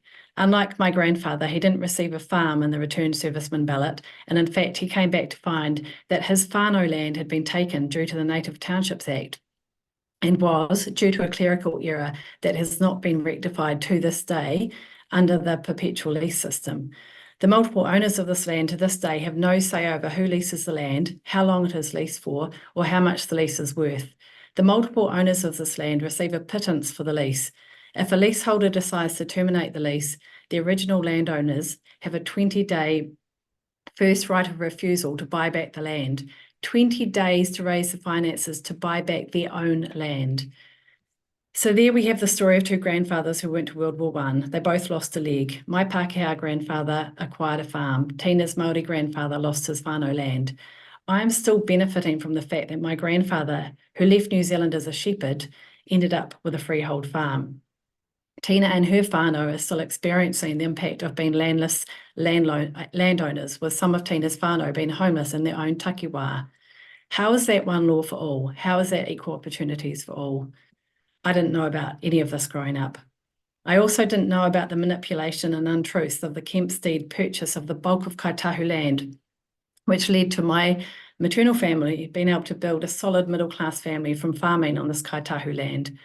I didn't know about the broken promises that followed the Kempstead sale, where Māori reserves were too small and on marginal land, where the promised hospitals and schools never materialised, and where the money Kaitahu received was way below market value at the time. I didn't know that the mahikakai that Kaitahu was promised ongoing access to was ruined through European farming practices. Growing up, I didn't know any of this because my parents didn't know any of this and their parents didn't know this. Somewhere along the way, our family either stopped knowing or we never knew in the first place because successive governments saw to it that our education system didn't teach us this. When I realised in my early 20s that I had a massive gap in my knowledge about the takata whenua of this country I call home, I set about filling the gap.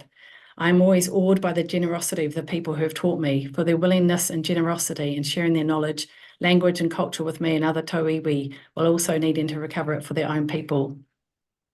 This bill that I'm opposed to is based on a fantasy where the treaty was never breached, promises were never broken, legislation that treated Māori differently from Pākehā and effectively punished Māori for being Māori were never enacted. It is based on an imaginary Aotearoa New Zealand where institutional racism never existed and where the inequality this created never happened.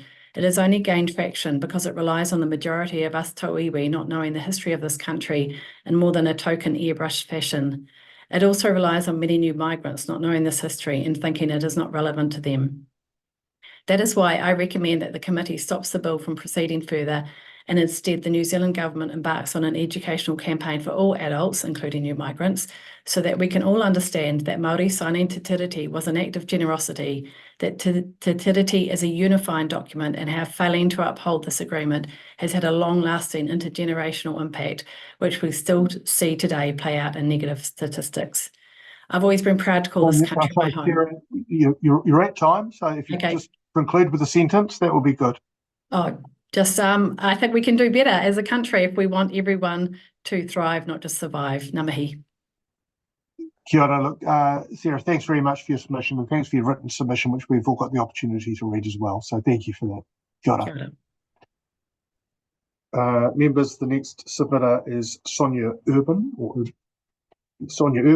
we have for 5 minutes.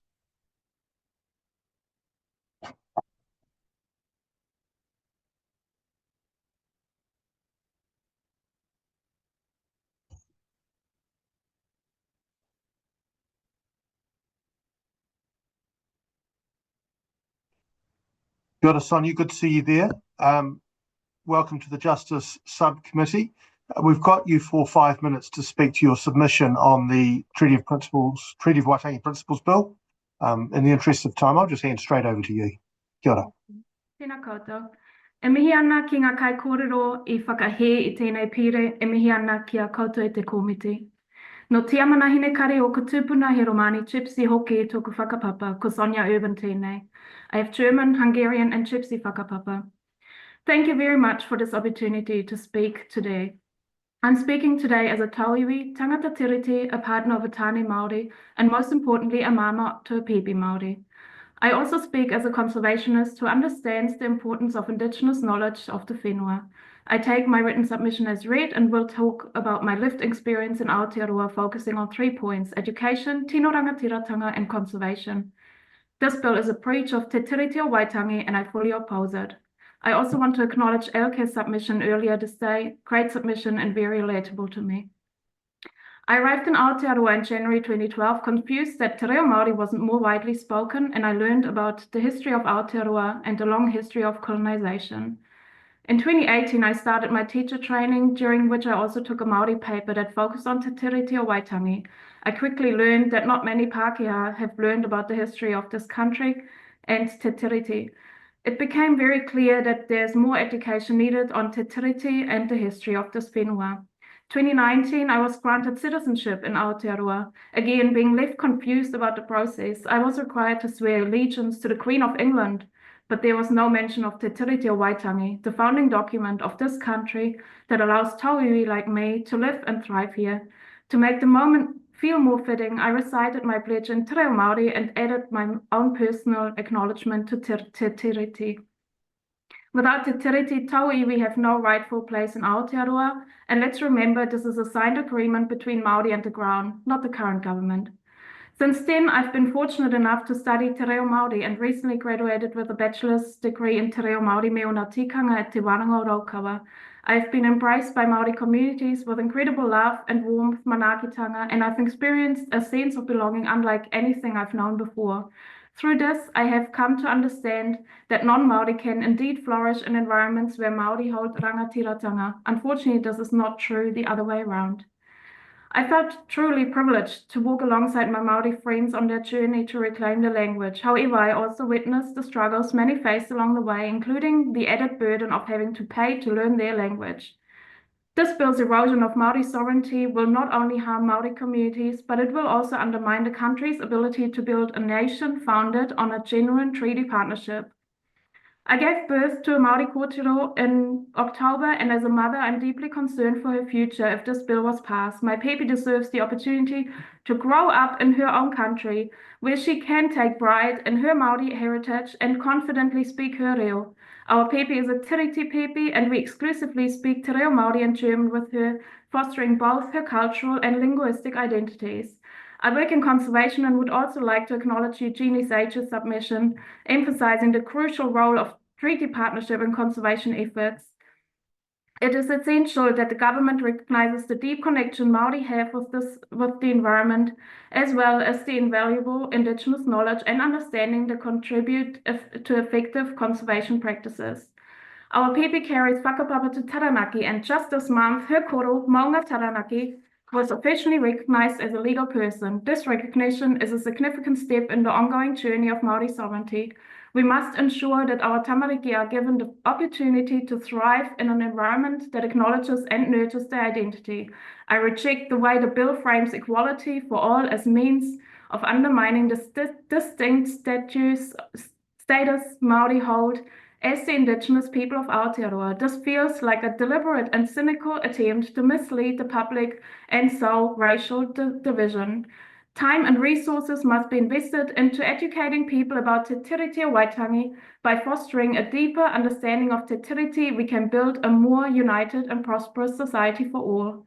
As others have pointed out, this bill contravenes the treaty agreement and is a complete waste of taxpayers' time and money. We could be using this time much more effectively, such as by watching Te Matatini this week. Toi tu te tiriti, toi tu te whenua, hoki whenua mai. Kia ora, Sonja. Thank you for your submission, and I hope you get to enjoy some of Te Matatini. We don't have any time for questions, but thanks again for spending the time to make a submission and coming to speak to it today. So kia ora. Thank you. Tēnā koe, Duncan. Ka kite. Members, our next submitter, I think, is Te Taiwhenua Heretaunga, the Maori Community Development Unit. So if we've got those online. Yeah. Tēnā koe.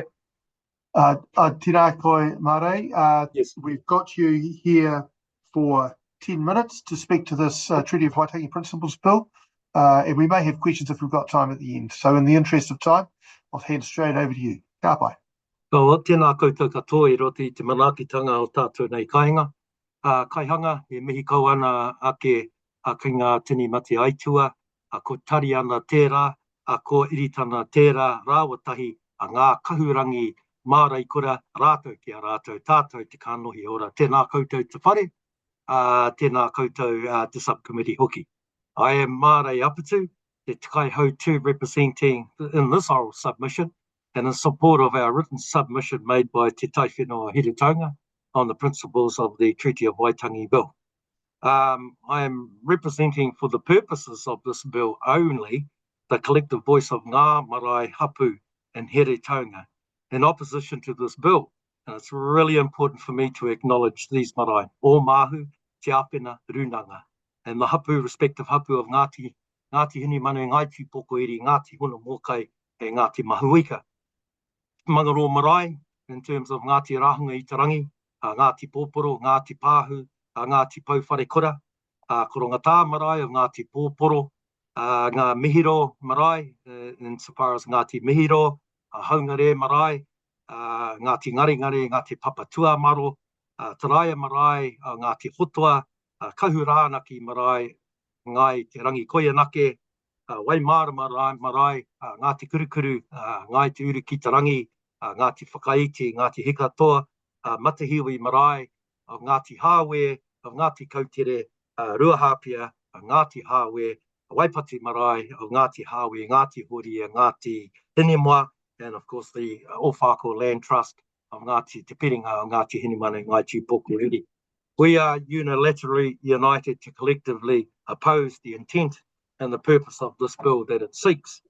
The Treaty Principle Bill represents an instrument of death by 1,000 cuts.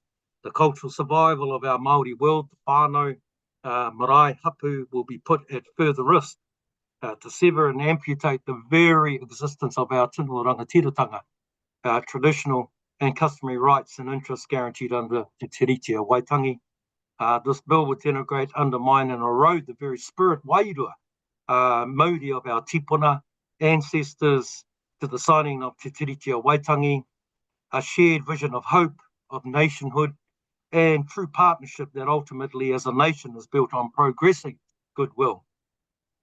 This bill was proffered up by political disruptive personalities at play to purposely create an imbalance of interests, in doing so more dependency on the state to undermine our very existence of a thriving Māori culture. I lead the Māori Community Growth and Development Unit within Te Taiwhenua Heretaunga. Our renaissance to reclaim and reframe our values, reo tikanga and kawa o Ngāti Kahungunu Tāki Tumu were complemented and shaped by the legislation of the Community Development Act, underpinned in recent times by the Whānau Order Commissioning Agency vision. These are great examples of effective legislation and framework. Much has been achieved in my space of Te Manaki Taiao in the RMA environment areas with our local territorial authority to herald a long time working relationship and partnership created through an attitude and willingness. Better we participate than litigate. Building community spirit and real beneficial construction projects such as waste management plants, stormwater networks, and of course our proud Te Hā o Wairarapa water services drinking plant, and the first of its kind in the world. All of this built and shaped by the cultural and spiritual values underpinned by agreed mutual principles, and therefore going face to face, kanohi ki te kanohi, in the kōrero, shoulder to shoulder, pukahiwi ki te pukahiwi, and as partners, forehead to forehead, rai ki te rai, in tandem with each other. I would now like to just pick up on some of the comments in my written submission in terms of the impact on hapu, as this bill will exclude those who are not treaty settlement entity in their own right and do not have a mana whakahono aroe or a joint management agreement, JMA, relevant to the project's concern. This is most hapu in this country, as very few hapu have JMAs and mana whakahono arohe. The expression of principles of Te Tiriti o Waitangi, a treaty principles approach is not just a nice to have clip on. The treaty principles of partnership and protection could be likened to kawa, an ancestral protocol that needs to be strictly followed in order to ensure that the wairua, the mana, the tapu and the mauri of both tangata whenua and manuhiri, tangata tiriti, are appropriately treated. The role of treaty principles also needs to be viewed from the perspective of the seriously detrimental impact that results from their willful violation or disregard. The Crown's failure to honour treaty principles has resulted in a serious decline in the well-being of our marae hapu communities in Heretaunga, ngā taonga katoa, ngā mea katoa, and the expression of our cultural identity. In the Heretaunga Tamatea deed of settlement, the Crown acknowledges that its acts and omissions have caused a great harm to the relationship between the hapu of Heretaunga Tamatea and the Crown, and that there is a need for the Crown to restore its honour and to demonstrate the respect for the mana of Heretaunga, Tamate, Rangatira, whānau, marae and hapu. This was taken out of the Ministry of Justice in 2018 as part and parcel to the Settlement of Deed, page 12, section 9, number 4. We are now looking to the representatives of the Crown to evidence this written commitment. Remedy, we come up with a remedy. We recommend the Crown with a specialist technical rōpū, maybe it's called a runanga, jointly produce a treaty principles-based manual that documents in clear, evidential terms just what the Crown's expectations are in guiding principles, stepwise process, and best practice examples of how central and local government officials and Crown agencies need to give expression to the principles, treaty principles, and be a good start towards writing such a manual. Strategic planning. I did emphasise in my written submission, but I will quote that the bill demonstrates an alarming lack of strategic foresight and planning across the motu. In its current form, the PTW bill has the potential to incentivise poor legislative and planning outcomes that will create long-lasting problems that will need to be addressed at great cost. Aotearoa's international reputation in terms of this bill, the approach fundamentally undermines our reputation internationally. The bill and the removal of Indigenous rights and interests will enable projects such as mining on conservation land, drilling for oil and gas, seabird mining, major irrigation schemes, and intensive pastoral farming to grow New Zealand's economy is an outdated approach for short-term political gain that will ultimately result in significant long-term losses, including economic loss. Acknowledgements. Finally, I just wish to acknowledge and fully support the submission presented by Dame Tureti Moxon in terms of the pivotal role that the Whānau Order Commissioning Agency and community health provider organisations, of which Te Taiwhenua or Heretaunga is a significant provider of services to our population, both Maori, Pākehā, Tangata Tiriti, and many other nationalities. And all of those that have opposed the bill thus far. We trust that the Justice Select Committee will carefully reflect on our written and oral submission in its deliberations, and I thank the committee for having to receive my oral presentation. Tēnā koutou, tēnā tātou, toi tū tiriti. Kia ora. Tēnā kai. Thank you for that, marae. That really useful submission. Thank you also for your extensive written submission as well, which we've got in front of us. We're pretty much at time, so I don't think we've got time for any substantial questions, but just to say thanks for the time taken and coming on today. Kia ora. Tēnā koe. Members, our next submitter is Te Oho Rata o Aotearoa, the Maori Medical Practitioners Association. Gianna, good to see you there. I don't actually have my name in front of you, so you might want to introduce yourself, but we've got you with us just for 5 minutes today. So in the interest of time, I'll just hand straight over to you. We might have some questions. Kia ora.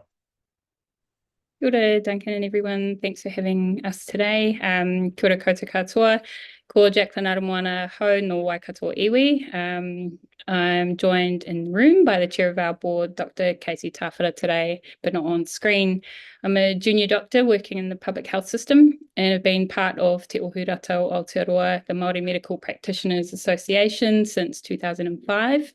It's an honour to represent Te Ora today and to continue the work of many of those Māori doctors who have come before me, many of whom who have now passed, but whose memories we carry fondly and fiercely in the work we commit to continuing every day. I take our submission as read, but will reiterate some comments and expand on some others. One, that Te Ohu Rata o Aotearoa or Te Ora strongly oppose this bill and recommend its abandonment owing to our complete incommensurability with it or it with us. Te Ora engages in te tiriti in our own constitution, where we state that our aims and objectives include, quote, to lead the advancement of the collective and individual health and development of Māori people, whānau and communities, and to give effect to the treaty in its entirety, and specifically by recognising and promoting health as a taonga whose protection is guaranteed in Article 2. 3, Te Ora sees the Treaty Principles Bill as a completely unnecessary time and resource wasting exercise conducted in at least bad faith and at worst with the most sinister of intentions. The content of the Treaty Principles Bill and its mere existence represent a significant departure from what Anime Kaire has stated, which is that the documents of 1840 or indeed those of 1835 are not the source of Māori rights as tangata whenua. Te Ora as it exists now would exist differently if the treaty had been honoured and Māori health had been protected.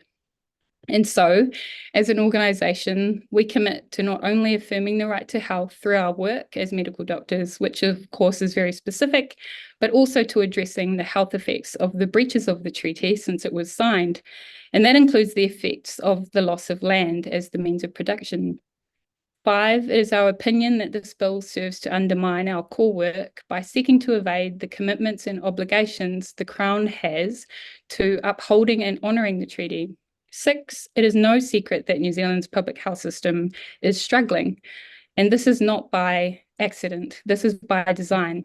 It is our view that the systemic underfunding and under-resourcing and the focus on individual notions of health play a significant and contributory role in determining health outcomes in this country, and the current shift in the political leadership towards the privatisation of publicly funded services show an alarming, albeit not unpredictable trend, and will deepen the already stark inequities we see. 7, that any consideration to defund or privatise publicly funded Crown-owned services such as education and health should engage first in treaty obligations, and currently are legally obliged to do so. Surely any engagement in good faith with the treaty would not have resulted in this bill's existence. This bill, however, exists, and so here we are, opposing a bill that, if passed, would make it easier to harm communities. Māori communities, communities with less resources, rural communities, and because it will, it should not be passed, because the government quite simply should care for everyone.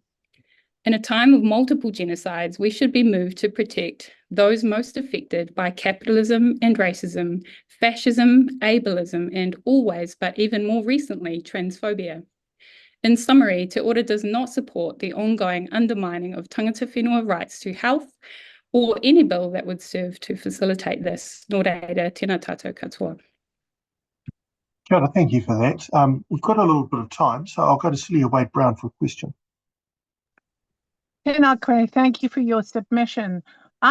Do you see that the existence of the Treaty Principles Bill sort of somewhat of a pattern to create division, perhaps particularly between low-income, low-educated Pākehā blaming some imaginary Maori elite, rather than the real causes of low health and low income? Yeah, I mean, it's no coincidence that those who would benefit the most from capitalism and neoliberalism are the ones voicing the most divisive opinions. And those of us who have committed to caring for communities, especially those systemically harmed by colonialism, you know, don't really like showing up in places like this. We'd prefer to do our work, but you know, here we are, distracted, as Toni Morrison would say. So, you know.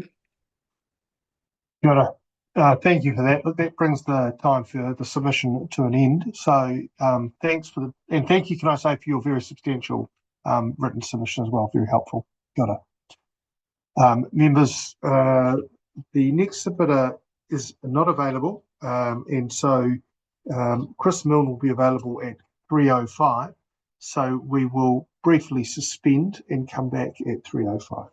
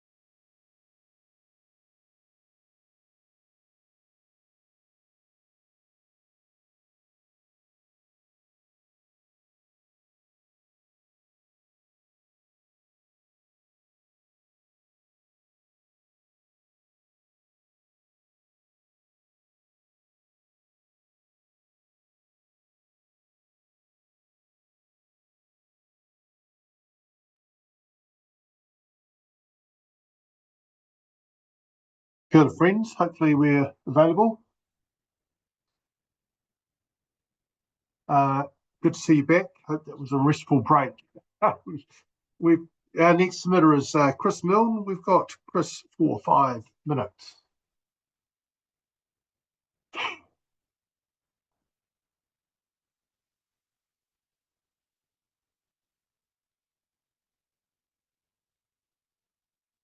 So we've got Chris online there.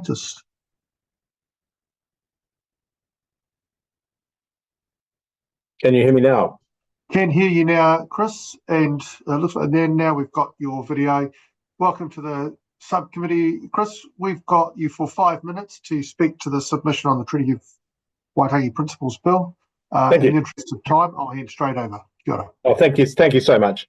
So, thank you very much for the opportunity. I realise I'm one of the few that have that opportunity. So I'll take that my submission is read, and just wanted to expand on one part of it, which is the element I referred to of common humanity. And in my submission, I highlighted Shylock's famous soliloquy from The Merchant of Venice, where he says that even though he's a Jew, does he not bleed like everyone else? And when he is tickled and laughs, isn't that what we all do?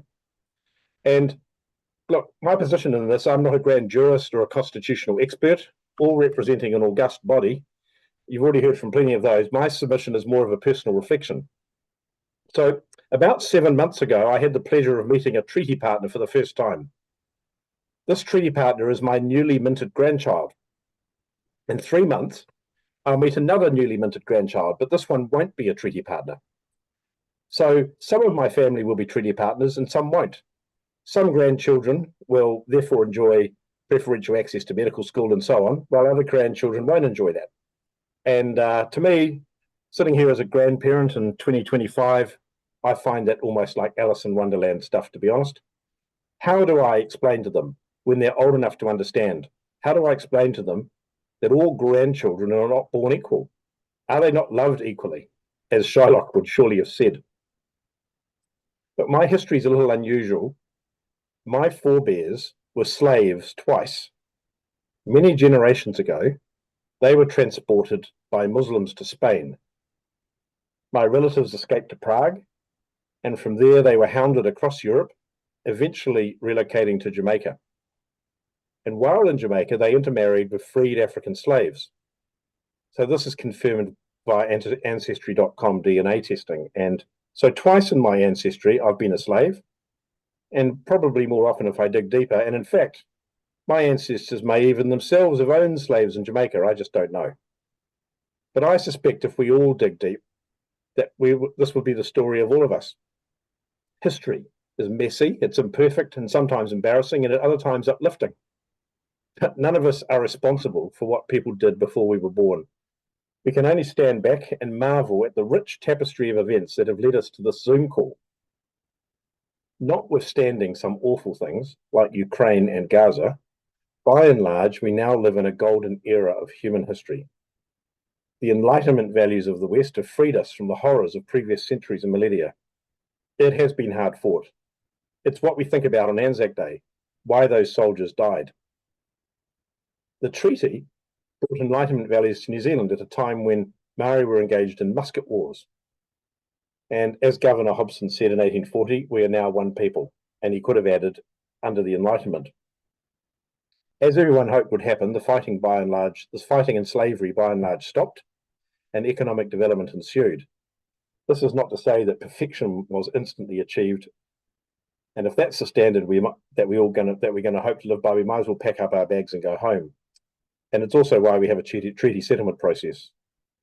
Now, I know that you have heard very eloquent arguments both for and against the bill. What the opponents of the bill have not done is to describe how it's all going to work in the future. What if we were to accept that Maori never ceded sovereignty? What then? In my family, we don't dwell on past slavery, the Holocaust, or ethnic cleansing. We recognise that all we have right now is the present and the future, and a common humanity. So I look forward to the day when my family is not split between those who are treaty partners and those who are not, where some of my family ceded sovereignty and others are only visitors. It all harks back to medieval times and all the barbarity that ensues from categorizing people by blood, quota, caste, and race. We know how Enlightenment values have transformed societies with freedom, tolerance, opportunity, and prosperity. The Treaty Principles Bill is one way of ensuring that future generations continue to benefit from this rich inheritance. The norm in human history is for tribal violence and poverty. If you add up all the humans who have ever lived, we are the luckiest of the lucky. Let's not ruin it. We have an opportunity to pass the Olympic flame on to future generations. So let's do it and support the Treaty Principles Bill. Thank you. Thank you, Chris. We're pretty much out of time there, so we don't really have time for questions. But thanks. We've got your written submission. Thanks for taking the time. And you're right, you are one of the few. But thanks for taking the time to come along and make your submission. Kia ora. Thank you. Members, our next submitter is Katherine Nordmeyer. We have Katherine for 5 minutes.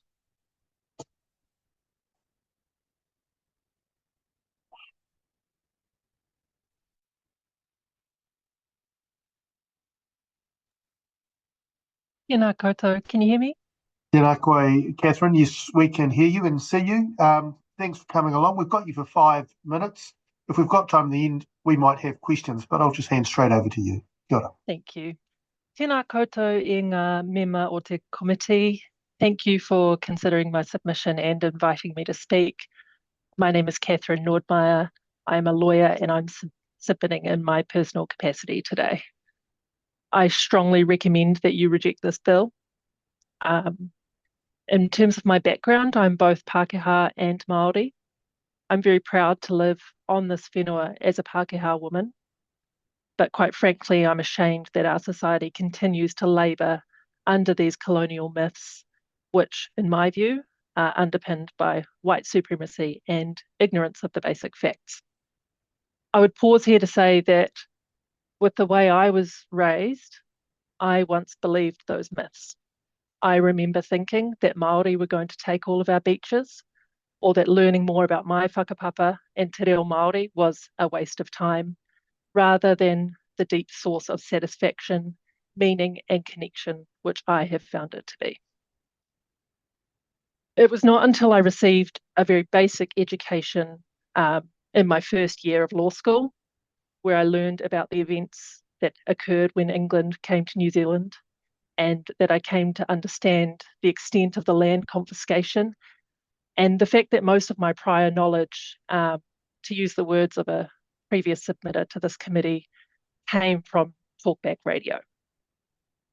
I'm embarrassed that this bill has been introduced into our parliament. I debated whether or not to present an oral submission today, primarily on the basis that I believe this bill is essentially a political stunt designed to distract from the Regulatory Standards Bill and other government legislation. Ultimately, I have decided to present because, similarly to the earlier speaker, I want to be able to explain to my children and to my grandchildren that I did what I could to oppose this legislation and its racist foundations. So there are 2 points that I would like to briefly address in addition to my written submission. The first is that this bill proceeds under a mistake of fact. The foundation is flawed. The second is that this bill puts this parliament on the wrong side of history. So passing any legislation under a mistake of fact is just poor lawmaking. Passing this legislation under a deliberate mistake of fact is based on uninformed and popular sentiment. It's not just poor lawmaking, it's deliberately harmful and uses our highest civic machinery, our parliament, to promote disinformation. The proposed principles reflect political ideology and they are counter to the historic record. This is attempting to rewrite history for political gain. I think also, just from an admin perspective, it's going to introduce a whole lot of uncertainty, which will require litigation to resolve. That won't be cheap. That's quite expensive, takes a lot of time. My second point is that, in my view, this bill puts Parliament on the wrong side of history. Our future generations will study this at school. They will study this at university. They will seek to understand where our leaders went wrong. That's the people in this committee, that's the members of the government, that's the House that may ultimately pass this bill. This bill would join the long list of legislation passed by politicians that cause harm and division in our society, discriminating against people on the basis of their ethnicity. You will have seen the examples that I've given you in my written submission. Those are my key points. Once again, I strongly recommend that you reject this bill, but thank you for your time and considering my submission, and I'm happy to take questions if we have any time. Catherine, thank you for your submission.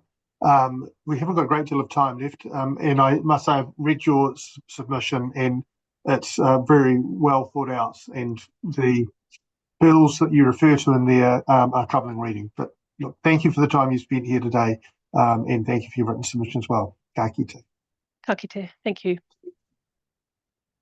Members, our next submitter is Raukura Hauora o Tainui, and we have them for 10 minutes.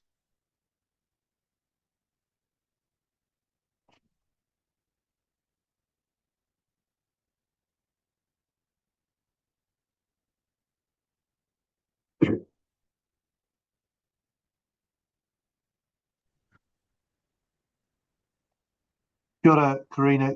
Good to have you here today. We've got you here to speak on your submission on the Treaty of Waitangi Principles Bill for 10 minutes. We may have questions if we have time at the end, but I'll hand straight over to you. Ka pai. Kia ora. Tēnā koutou katoa, kei aku kāka wahanui, kei aku rākau kahikatia, kei aku pito whakarei. Nei te mihi o te atawhai, nei te mihi o te humari, nei te mihi kia tātou katoa, ko Karina Wona hau. He mana hau mō Raukura Hauora Tainui, kei tahu taku taha, ko Serena Punga, ko ia te tumu whakarai o Raukura Hauora. Tēnā, me karawhiua hau. I'll take our submission as read. The key points that I'd like to raise from our submission: the reinterpretation and the redefinition of Te Rite of Waitangi and the principles of the Te Rite of Waitangi bill is a fiction. This fiction would drastically change the effect of the remaining Te Rite of Waitangi treaty provisions and various pieces of legislation and fundamentally undermine whole approach of Raukura Hauora o Tainui. Raukura Hauora o Tainui provides health and wellbeing for services for whānau Māori and for tangata whai ora. By Māori, for Māori, in a manner consistent with tikanga Māori. There will be no basis for kaupapa Māori health providers or their unique approach if the principles of Te Rite are redefined. The bill will remove the focus on achieving equity in Māori health outcomes that we are dedicated, and remove scope for Māori to exercise whenua rangatiratanga in the design and delivery of health services. Consistent with the new principles of Te Rite under the bill, the only rights Māori have in the healthcare system are the same as everyone else, the right to the same treatment. This changes the approach under Te Rite from seeking equal outcomes for Māori and non-Māori to the same treatment to all, which is in a health context, or simply reinforce existing disparities and inequities. Further, I'd like to invite May Chen, our lawyer, to add more to our submission. Kia ora, May. Kia ora. Tēnā koe. Kia ora, tēnā koe, Dr. Webb, and it's very nice to see other members of the committee. I've got 2 points to make. And the first point is that even though I'm here on behalf of Raukura Hauora o Tainui, the key point is that the passage of this bill would create greater uncertainty and less clarity for everybody. So if I was acting for a Pākehā client who was trying to do something and there was a bill that applied which had treaty principles in it, we'd end up in court. Because you've heard the exposition by many people about whether the bill actually speaks with one voice. It says that treaty principles mean X, Y, and Z. But on the other hand, it also says that the Treaty Settlement Act still applies. So that means the treaty settlements are another piece of legislation, and also that the Treaty of Waitangi Act still applies. So all I'm saying to you is that it doesn't matter whether it's Maori or Pākehā, we're going to ultimately end up in the courts, because the bill speaks with two different views about what the treaty is and what the treaty principles are. So actually, if it really had the force of its convictions, clauses 8 and 9 wouldn't be there. 9 says the Treaty of Waitangi is not amended. Well, actually, it would have to say it is amended. And clause 8 says the Act is not to apply to the interpretation of the Treaty Settlement Act or settlement of historical treaty claims. Well, actually, it would have to say that it did apply. So the first point is that in terms of greater certainty and more clarity, it actually creates more uncertainty for everybody. And I guess the second point is that it does actually put the courts on a collision course with Parliament, because despite the fact that the bill says, well, actually, what we want now is treaty principles to mean X, Y, and Z, the difficulty is in the context of, you know, sections 19 and 20 of the New Zealand Bill of Rights Act, which you've already heard about, and in terms of the fact that clauses 8 and 9 of the bill are still there, and in terms of the fact that the Treaty of Waitangi is a foundational document, it's going to be really difficult for the courts to actually give effect to those three principles as defined. And finally, can I say on behalf of Raukura, Hauora, o Tainui, of course, this bill is what they care about, but they know that parties have said that they're not going to support it through to passage. However, there is currently a review going on of 28 other pieces of legislation where the Tiriti o Waitangi clauses are being considered. And of course, when you review those provisions, what you could do is not get rid of the treaty provisions.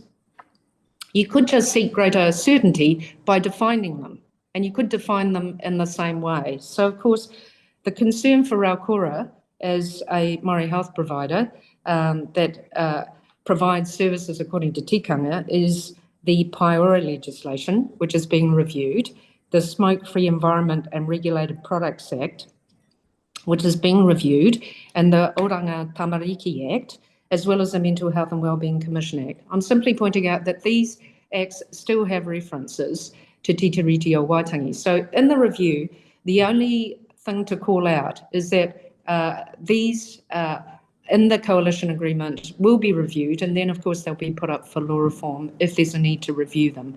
And the concern would be if once again we were seeking to make more express and clear the treaty principles in a way that was defined in the same way as the Treaty Principles Bill, because it's not able to be given effect to without it all ending up in court, and the court then having to say to itself, okay, this is what Parliament says, but it's against the background of all of these other factors, and can we really give effect to it? Kia ora, ka kite. Kia ora. Thank you, Karina. Thank you, May. We have a little bit of time for questions. I'll just give an opportunity to members. And if no one puts up their hand, I will. I'm curious when you talk, I think you said the collision course of Parliament and the courts, and I'm curious if this bill were to pass and you've got legislation which says, take a particular approach to the treaty or treaty obligations. How would the court resolve that? Would it presumably take these principles? Well, so that's a really good question, and I didn't want to use the implied repeal path, but obviously I'll just put that to one side, Dr. Webb. But the real issue is this, that the Bill of Rights applies here, and Section 19 is non-discrimination, and a couple of submitters back talked about his two grandchildren that are coming, and they'd have different statuses. But Section 20 also talks about the rights of minorities. So if you give it a rights-consistent interpretation, and you say to yourself that this legislation is effectively an unjustified limitation, then that causes real difficulty. It actually would allow the courts to not give effect to the Treaty Principles Bill. That's why, if you look at the briefing to the Attorney General, they said, well, actually, we don't have a problem with this, because actually the courts can't give effect to anything that's that's an unjustified limitation on rights. And so what I'm really trying to say is that most people don't understand that the courts are the third branch. There's a separation of powers, and it's the rightful role of the courts actually to be a check and a balance on the executive, but also to some extent Parliament. Now I say that with care because I'm a respecter of the rule of law and the doctrine of parliamentary sovereignty. All I'm saying here is that when you try and just put something simple over the top of something that's complex with a long, long history, it's really, really difficult for the courts to then say to themselves, well, what does that mean? But it's not what does that mean in isolation from everything else. The question is, what does that mean in the context of everything? And now just ending on implied repeal. If you don't make it clear how the Treaty Principles Bill applies to specific pieces of legislation, then that leaves poor people to have to come and go to lawyers and say, mate, how does this work? We go to court because has this bit of the treaty been impliedly repealed by that more recent act, which is more specific on treaty principles, or does the treaty still stand? As you can see, Dr. Webb, implied repeal is very difficult, and it's so hard that it's even difficult to explain it, let alone try and undertake the exercise. So I simply say that whether it's Pākehā or Maori, this will actually increase the transactions costs for all parties when they're dealing with any subject area where the Treaty of Waitangi has an impact. Kia ora. Kia ora, thank you. Thank you both for your submission. Really helpful and informative analysis. We are at time, so we'll leave it there, but thanks again for coming online and speaking to your very useful submission. Thank you. Thank you. Members, our next submitter is Patricia French, and we have Patricia for 5 minutes.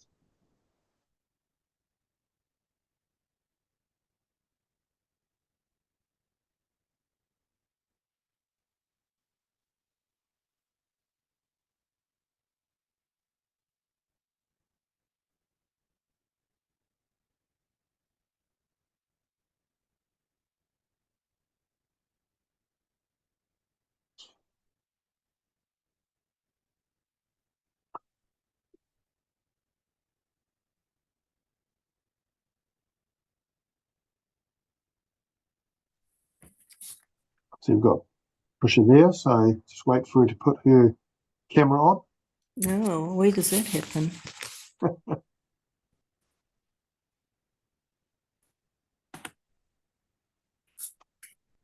Kia ora, Patricia, good to see you there. Thanks for coming online to submit on this Treaty Principles Bill. We've got you for 5 minutes, so I'll hand straight over to you. We may have questions at the end. Thank you. Good afternoon, tēnā koutou. My name is Patricia French. I am a New Zealand citizen resident in the Kapiti Coast. I have worked in the public, private and voluntary sectors for more than 45 years, and I speak from that experience. My submission focuses on the lack of treaty and treaty-related public education in those sectors for those citizens currently over 40 years of age. While there was a sprinkling of tertiary level courses containing treaty information, during my entire working life, I know there was no public education generally available to adults about the treaty, the principles, the tribunal, or the land loss and injustices done to Maori by successive governments. As an adult educator, I developed 2 treaty-based courses in conjunction with Maori leaders in Runanga. These courses were delivered in the 1990s and up to 2011 to employees in the public and NGO sectors. I know from the participants' reaction to these courses and in discussion with other groups delivering treaty training that the information was completely new to participants.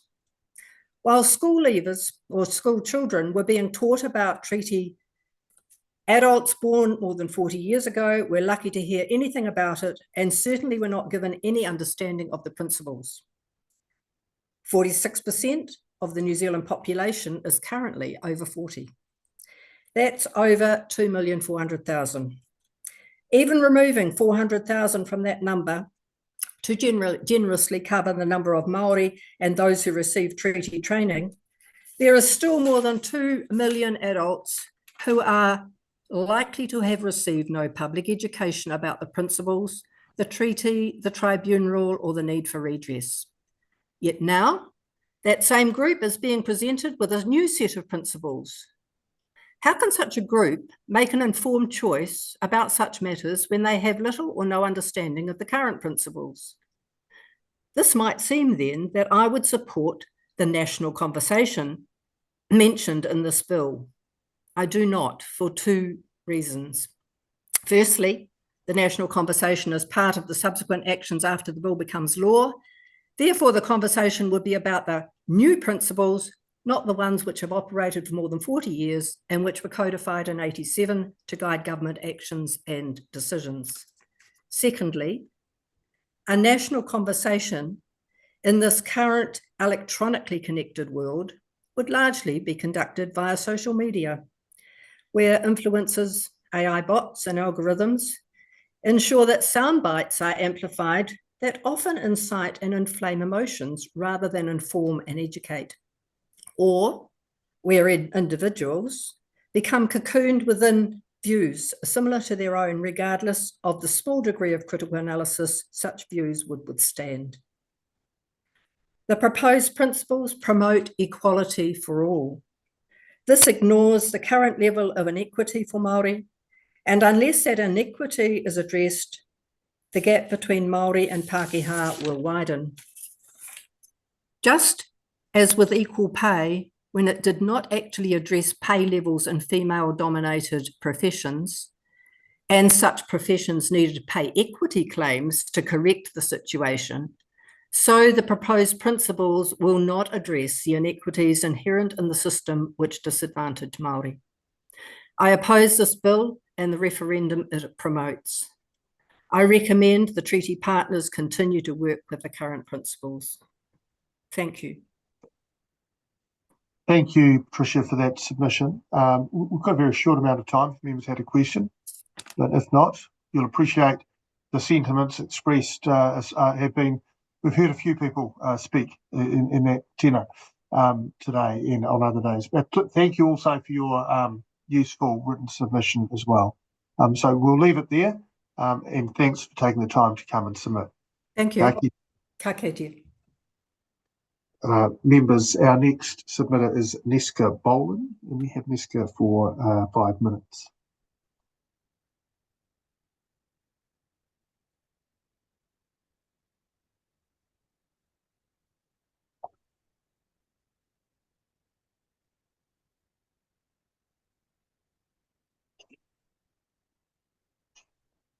Nesca, good to see you there.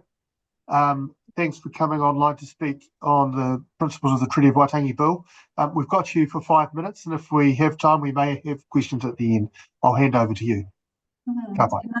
E te komiti, ko Nesca hei tapu Bowlin aho, ko Ngati tūwharetua, Tainui, Ngaitiahi, Ngati rangi wewehi, oku iwi. And I oppose this treaty principles bill. However, because I whakapapa to many iwi, I can confidently say that no hapu or iwi would ever support this bill because of the harm it would do to our people. I believe that rejecting this bill is necessary. This is because it preserves the opportunity for meaningful dialogue for the Crown, iwi and hapu. By rejecting the bill, you maintain a space for authentic partnership and meaningful consultation further on down the line. Ministers, by rejecting this bill, you maintain New Zealand's constitutional integrity. Our current legal practices and frameworks have evolved through decades of cases, law and governmental practices. This is not something to be hastily rewritten by a minor political party. I personally have serious concerns with this proposed bill because it carries significant risks and falls short in several critical areas. Here are just 3 points. The first one is the flawed process and the untested assumptions. The bill relies on contentious assumptions, such as the belief that Māori ceded sovereignty and equality versus equity debate that's currently out there. Secondly, there is an inadequate consultation. The consultation process limited the select committee for Māori was limited to the select committee without genuine engagement with iwi and hapu as your major treaty partners. This undermines the legitimacy of the process and contradicts the principle of partnership enshrined in Te Tiriti. Genuine partnership requires genuine engagement. However, I note that the regulatory impact statement from the Ministry of Justice stated that, or implied that Māori, hapu and iwi, if they're engaging the select committee phase, kind of will almost subsidise or substitute genuine consultation at the formation of writing legislation, rather where most Māori are subjugated to engage in the process at this stage. It's kind of a forced participation, a reactionary or defensive mechanism, but it's certainly not indicative of tino rangatiratanga. Thirdly, this bill fails to consider broad constitutional implications or even consider alternative approaches to giving effect to Te Tiriti. It really lacks an analysis of the potential consequences. In fact, there is no analysis of the potential risks. And that can cause social uncohesion and damage Māori Crown relationships. In fact, those sentiments are supported by the Ministry of Justice, who reportedly, whose report clearly showed a preference for what they called the status quo. In other words, they actually showed a preference in not pushing this bill forward. And so I strongly urge this committee to also reject the proposed bill. Controversially or contentiously, I want to make a slightly different argument as well, in that I support this bill as a lesson on how not to write legislation. And so, ngā mihi, I'll open up to questions. Ngā mihi, members, we've got some time for questions. In your written submission, you talk about the treaty being a relational document. Can you just touch on that a little bit? Yes, I think it goes back to when the treaty was signed, it was a relational document, sovereign to sovereign. And so, and today it still maintains that it is a relational document between the Crown and Māori. I certainly view it that way. And so as such, it is a living document. I suppose you could also liken it to a relationship between a husband and a wife.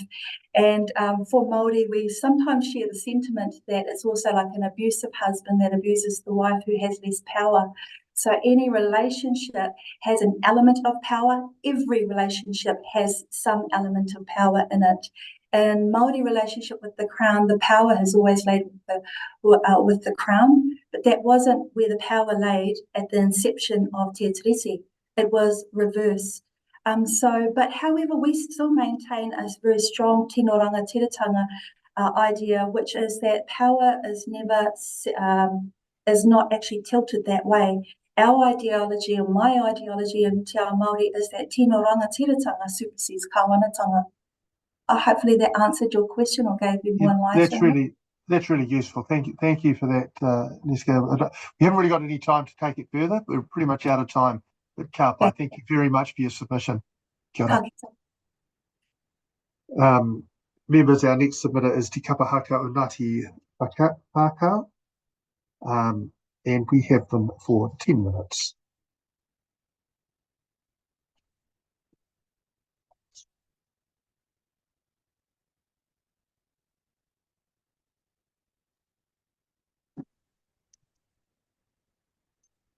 Kia ora, rangatiaria. Welcome to the Justice Select Committee. You look like you're pretty busy. We've got you here for 10 minutes to speak to your submission on the Principles of Treaty of Waitangi Bill. I'll hand straight over to you. Ka pai. Tēnā rā koe, e te māngai a te karauna ki konei. Tēnei te kapahaka o Ngāti Whakaue, anei hoki ngā koe ke o Ngāti Whakaue e mihi atu nei kia koutou e te pai. Ko rangitiri a tipu taku ingoa, ko ngongotaha te maunga, ko te rotorua nui a kahumata momo e te moana, ko utuhina te awa, ko te aroa te waka, ko te papai o uru te marae. We have just performed today at te Matatini, one of the Olympics of kapahaka. On behalf of my kapahaka and our iwi, te kapahaka o Ngāti Whakaue, we strongly oppose this bill. We take that you have read our submission on behalf of our kapahaka. Therefore, I'll just be going over a few points. Obviously, this is a breach of te tiriti o Waitangi.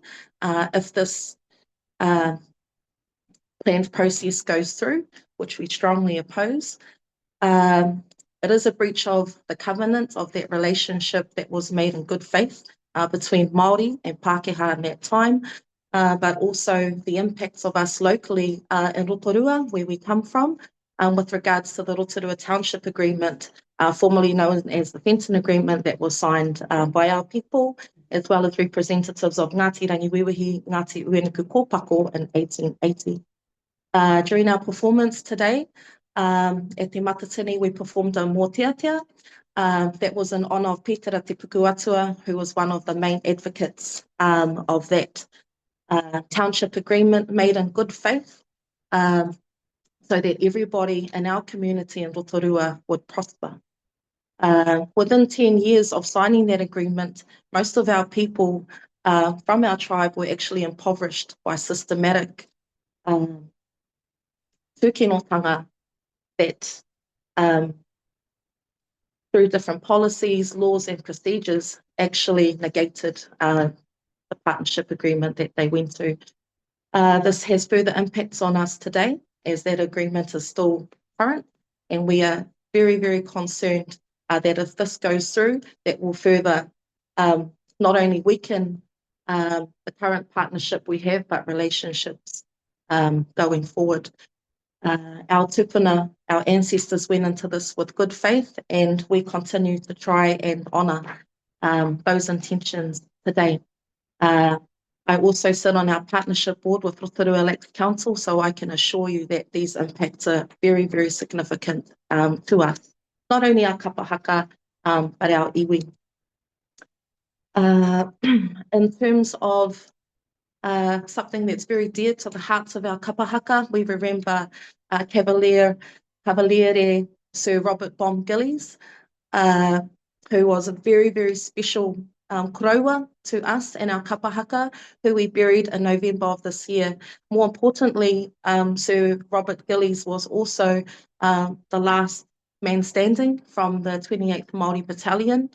The words that Koro shared with all of us, his kapahaka, was that if he and his comrades had have known then what they knew once they came back from the war, that they probably wouldn't have gone. He spoke very strongly to us about the dangers and also our commitment to try and progress forward together. Koro Bom, he represented, as the last man standing, he represented the hopes and aspirations of many of the iwi Māori, those who gave of their life, who sacrificed, including the mothers, the daughters, the sons, the mokopuna left behind at home. And that is a big kaupapa that we've taken forward to Te Matatini. You can see that I'm in my uniform today. These are some of the benefits of Te Tiriti o Waitangi, of further government funding that we really appreciate, because it's not only about kapahaka, but it helps to grow at a grassroots level, regionally, nationally. As a kapahaka, we've been very fortunate to share our culture, our language, our customs in Taiwan and Italy and places abroad.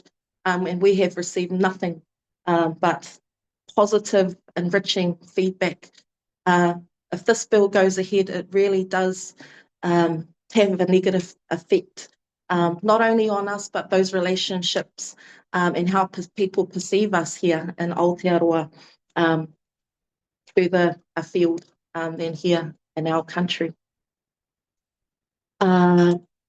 As a kapahaka, about 90% of our performers speak Māori. That is a result of the commitment of our forefathers and these people sitting here with me today. And yeah, allowing this bill to continue would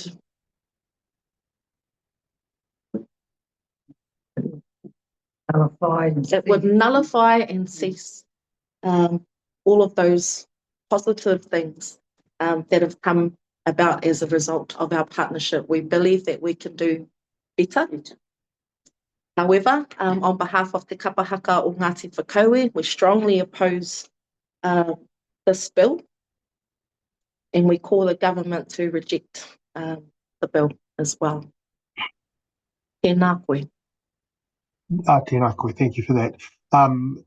And thank you for your written submission as well. And thanks for just talking about, it's really, can I say it's really useful to have someone from, kapahaka to come and talk about the importance of that part of cultural tradition and tikanga and under treaty. So thank you for that. It's actually a perspective which, we haven't had certainly of quite the immediacy that you give it. So thank you for that. Look, members, we've got time for a question if anyone has one. But if not, no, that's fine. Look, thank you very much for your submission. Really useful. Thank you for your written submission as well. So, Ngāmi, ka kite. Tēnā koe, tēnā koutou. Members, our next submitter is Deane Jessep, who we have for 5 minutes.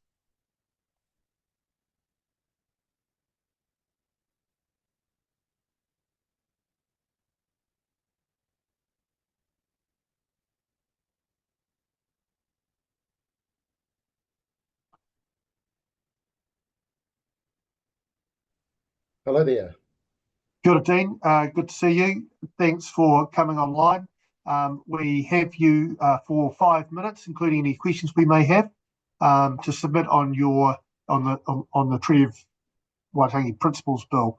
I'll hand straight over to you. Thank you. Tēnā koutou katoa. Good afternoon. My name is Deane Jessep. I'm a 6th-generation New Zealander, and I'm here today in support of the principles of the Treaty of Waitangi Bill.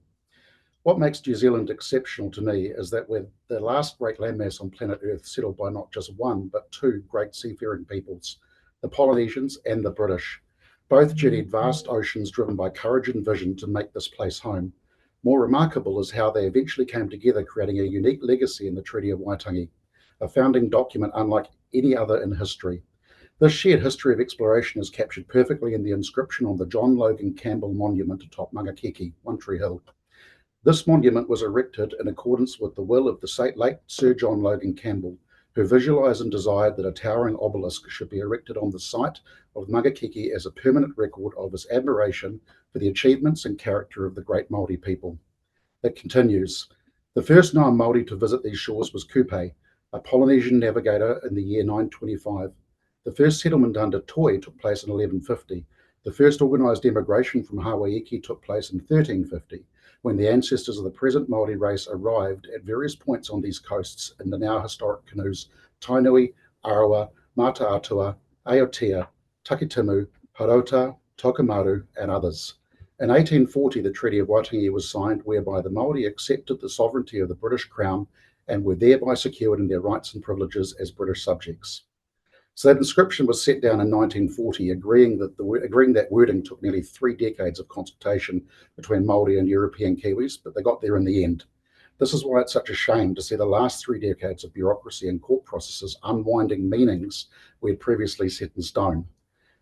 The inscription acknowledges the many waka that brought the first Polynesians from far-flung places across the Pacific.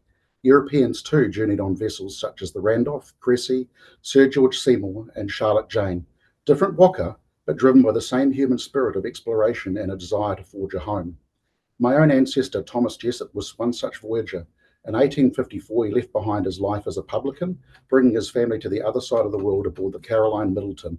Like many before him, Thomas made the ultimate sacrifice. 9 days into the journey, he died and was buried at sea near the Canary Islands. His son Giles continued to New Zealand, where my great-grandfather Percy was born. Thanks to the great effort and sacrifice of his tupuna, to me at least, Percy is tangata whenua of New Zealand. Percy went on to farm the east coast near Tutera, side by side with Ngati Kahungunu of the Waka Takitimu, where the Jessep family continues to farm to this day. Though I've started my own family and moved elsewhere, my cousins maintain a connection to that land. This shared history of working the same soil, respecting the same mountains and waters, is another thread in mine and our nation's tapestry of unity. My own children are descended from nui-a-Rua, elder brother of Te Raupaha. Initially hesitant, nui-a-Rua eventually signed Te Tiriti o Waitangi at Cloudy Bay. Remarkably, nui-a-Rua insisted that his son-in-law, English whaler Joseph Toms, also signed the Māori version of the treaty, so that he would share in the blame if his grandchildren lost their land, demonstrating how even in 1840, forward-thinking leaders were concerned with unity and shared responsibility for their joint mokopuna. Toms was the only European to sign the Māori version, and I can assure you his descendants are still welcome here today. There's one sitting over there. This brings me to why I support the bill. The Honourable Ruth Richardson observed in her submission, Parliament has been missing in action as the whole treaty industry overreach has evolved and gathered steam. I agree. The courts have filled a vacuum by inventing concepts like partnership where none was mentioned in the treaty itself. Parliament is our supreme legislative authority. It's not only Parliament's right, but its responsibility to define these principles clearly.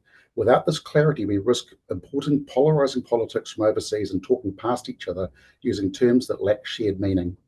This bill's requirement for a referendum ensures that we as New Zealanders will collectively determine the fundamental principles. This isn't just about legal definitions, it's about shared understanding and how we move forward together. The bill acknowledges historical settlements whilst drawing a definitional line, allowing future generations a sense of unity and equality. It provides clarity that we need to focus on our shared identity rather than our differences. This shared identity is what I'm really in support of. My vision is for a New Zealand where we celebrate our Māori heritage, British traditions, and the unique culture we've woven together. A place where we understand that the number of generations here isn't what matters, but rather the whakarero of our shared great explorers and the wonderful place we call home. This bill offers us the chance to agree clear definitions, to have a genuine national conversation through referendum, and ultimately build a stronger, more unified New Zealand. Thank you for considering my submission. Well, thank you. Thanks very much for that, Deane. It's an interesting submission, and thank you for your written submission, which we've got in front of us as well. That does bring us to the 5 minutes, so there's no time for questions, but thanks very much for taking the time to make your submission. You're welcome, and thank you for your effort too. Kia ora. Members, our next submitter is Connor Sharp. We have Connor for 5 minutes as well. Oh, hello. Kia ora, Connor. Good to see you there. We've got you for 5 minutes to speak to your submission on the Treaty of Waitangi Principles Bill. We may have questions if we have time at the end. I'll hand straight over to you. Kia ora. Yeah, perfect. Thank you so much. Kia ora. My name is Connor Sharp. I've already outlined in my written submission, which I'll take as read, why this bill is divisive, exclusionary, bad faith, and unworkable, so it's probably no surprise that I oppose it. However, what I wanted to use my time today to speak about was what I see the wider meaning of Te Riki o Waitangi and this proposed bill in my own life and the people in Aotearoa, New Zealand today, and the broader world. Something I realized, particularly as I was forming my written submission, was the core role Te Riki must have played in my ancestors' lives. While history is always obscure and undoubtedly complicated, it's hard for me to think that without the treaty, my ancestors of Pākehā and Māori would have been. If they didn't, their children wouldn't be here, and I wouldn't be here. I think that's probably true for most who call this country home today. There's been a lot of progress because of Te Riki, hard fought and very much imperfect, but progress nonetheless, both on righting the injustices of the past, of which there are many, and moving forward together. While there is still a long path ahead of us, there's a lot in my lifetime I think we all can and should be proud of. For me, Te Riki represents life, a shared connection with each other through the relationship the treaty seeks to develop, and actually progress towards a better New Zealand.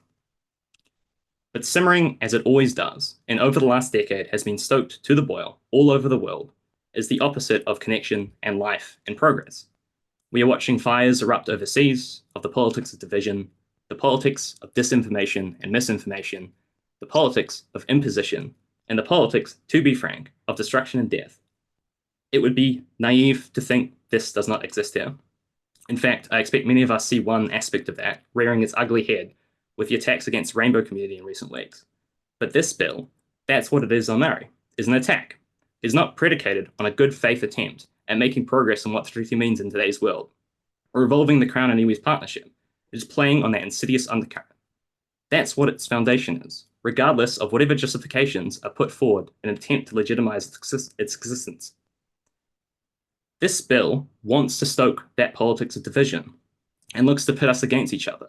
It draws on the politics of disinformation and misinformation as it misconstrues history and the reality today to justify its unworkable and immoral aim. Its process is the politics of imposition, seeking to force the view of a tiny part of the population on the rest of us, regardless of what wounds that will cause. Its outcome is the politics of death and destruction, as it seeks to destroy, in all sense of that word, the relationship between the Crown and iwi, the foundation of this country, and in my view, the shared identity and connection of the people living here. In so many ways, the damage has already been done. It should have never gotten this far. And I say that knowing I'm, the last person to speak today and one of the last tranches of people to give an oral submission. I shouldn't have had to be here. And it remains to be seen if, as I hope, this is a noxious spark which has been put out by the deluge of unity and opposition so many people in this country have shown in the face of this, or if, as I fear, it is too late, that it has caught on something unseen and we will slowly see a wildfire engulf us, as we are watching happen in countries overseas. I don't know which one has happened, but I really hope it's the first, and I feel like it has been. But what I do know is the longer this has gone on, the longer this has been humoured by this government, the more chances that the embers of destruction will have had to ignite into something we really do not want. And so I oppose this bill, and I hope it is ejected in its entirety, as has been promised, with utmost haste, because the quicker this goes, the better it is for all of us, and the sooner we can actually start to look toward the future again. Thank you, and I appreciate listening to my submission. Thank you for your submission. Now, I'm not sure if Celia Wade-Brown has a question or not. She did have her hand up. Yes, thank you. I put it down prematurely. Thank you, Connor, for your written and oral submission. I was interested in whether you see that this bill, which is, if everyone keeps their promises, destined to fail, is a bit of a smokescreen for other attacks on Maori culture or rights. I think personally I would agree. One of the sort of playbooks of a lot of this type of politics is doing a lot of things at once at the same time and sort of overwhelm. And this is one which has kind of gotten a lot of attention and, well, probably the most attention out of any bill, I think, in Parliament's history. But it's only one out of a great number of proposed bills or legislation that will sort of, what's the word, ignores the rights of Maori, or all of us really, right? The regulatory standard bill is one that comes to mind. So, yeah. Thanks, Connor. We're a little over time, so we'll leave it there. But thanks for, you are right, you are our last submitter for the day, and you've held our attention well, so well done. But thank you for that. Members, that is our last submission for the day. You'll have an email in your inboxes about tomorrow's meeting and the start time, so make sure you check that. And we'll see you all again then. So, ka kite until then.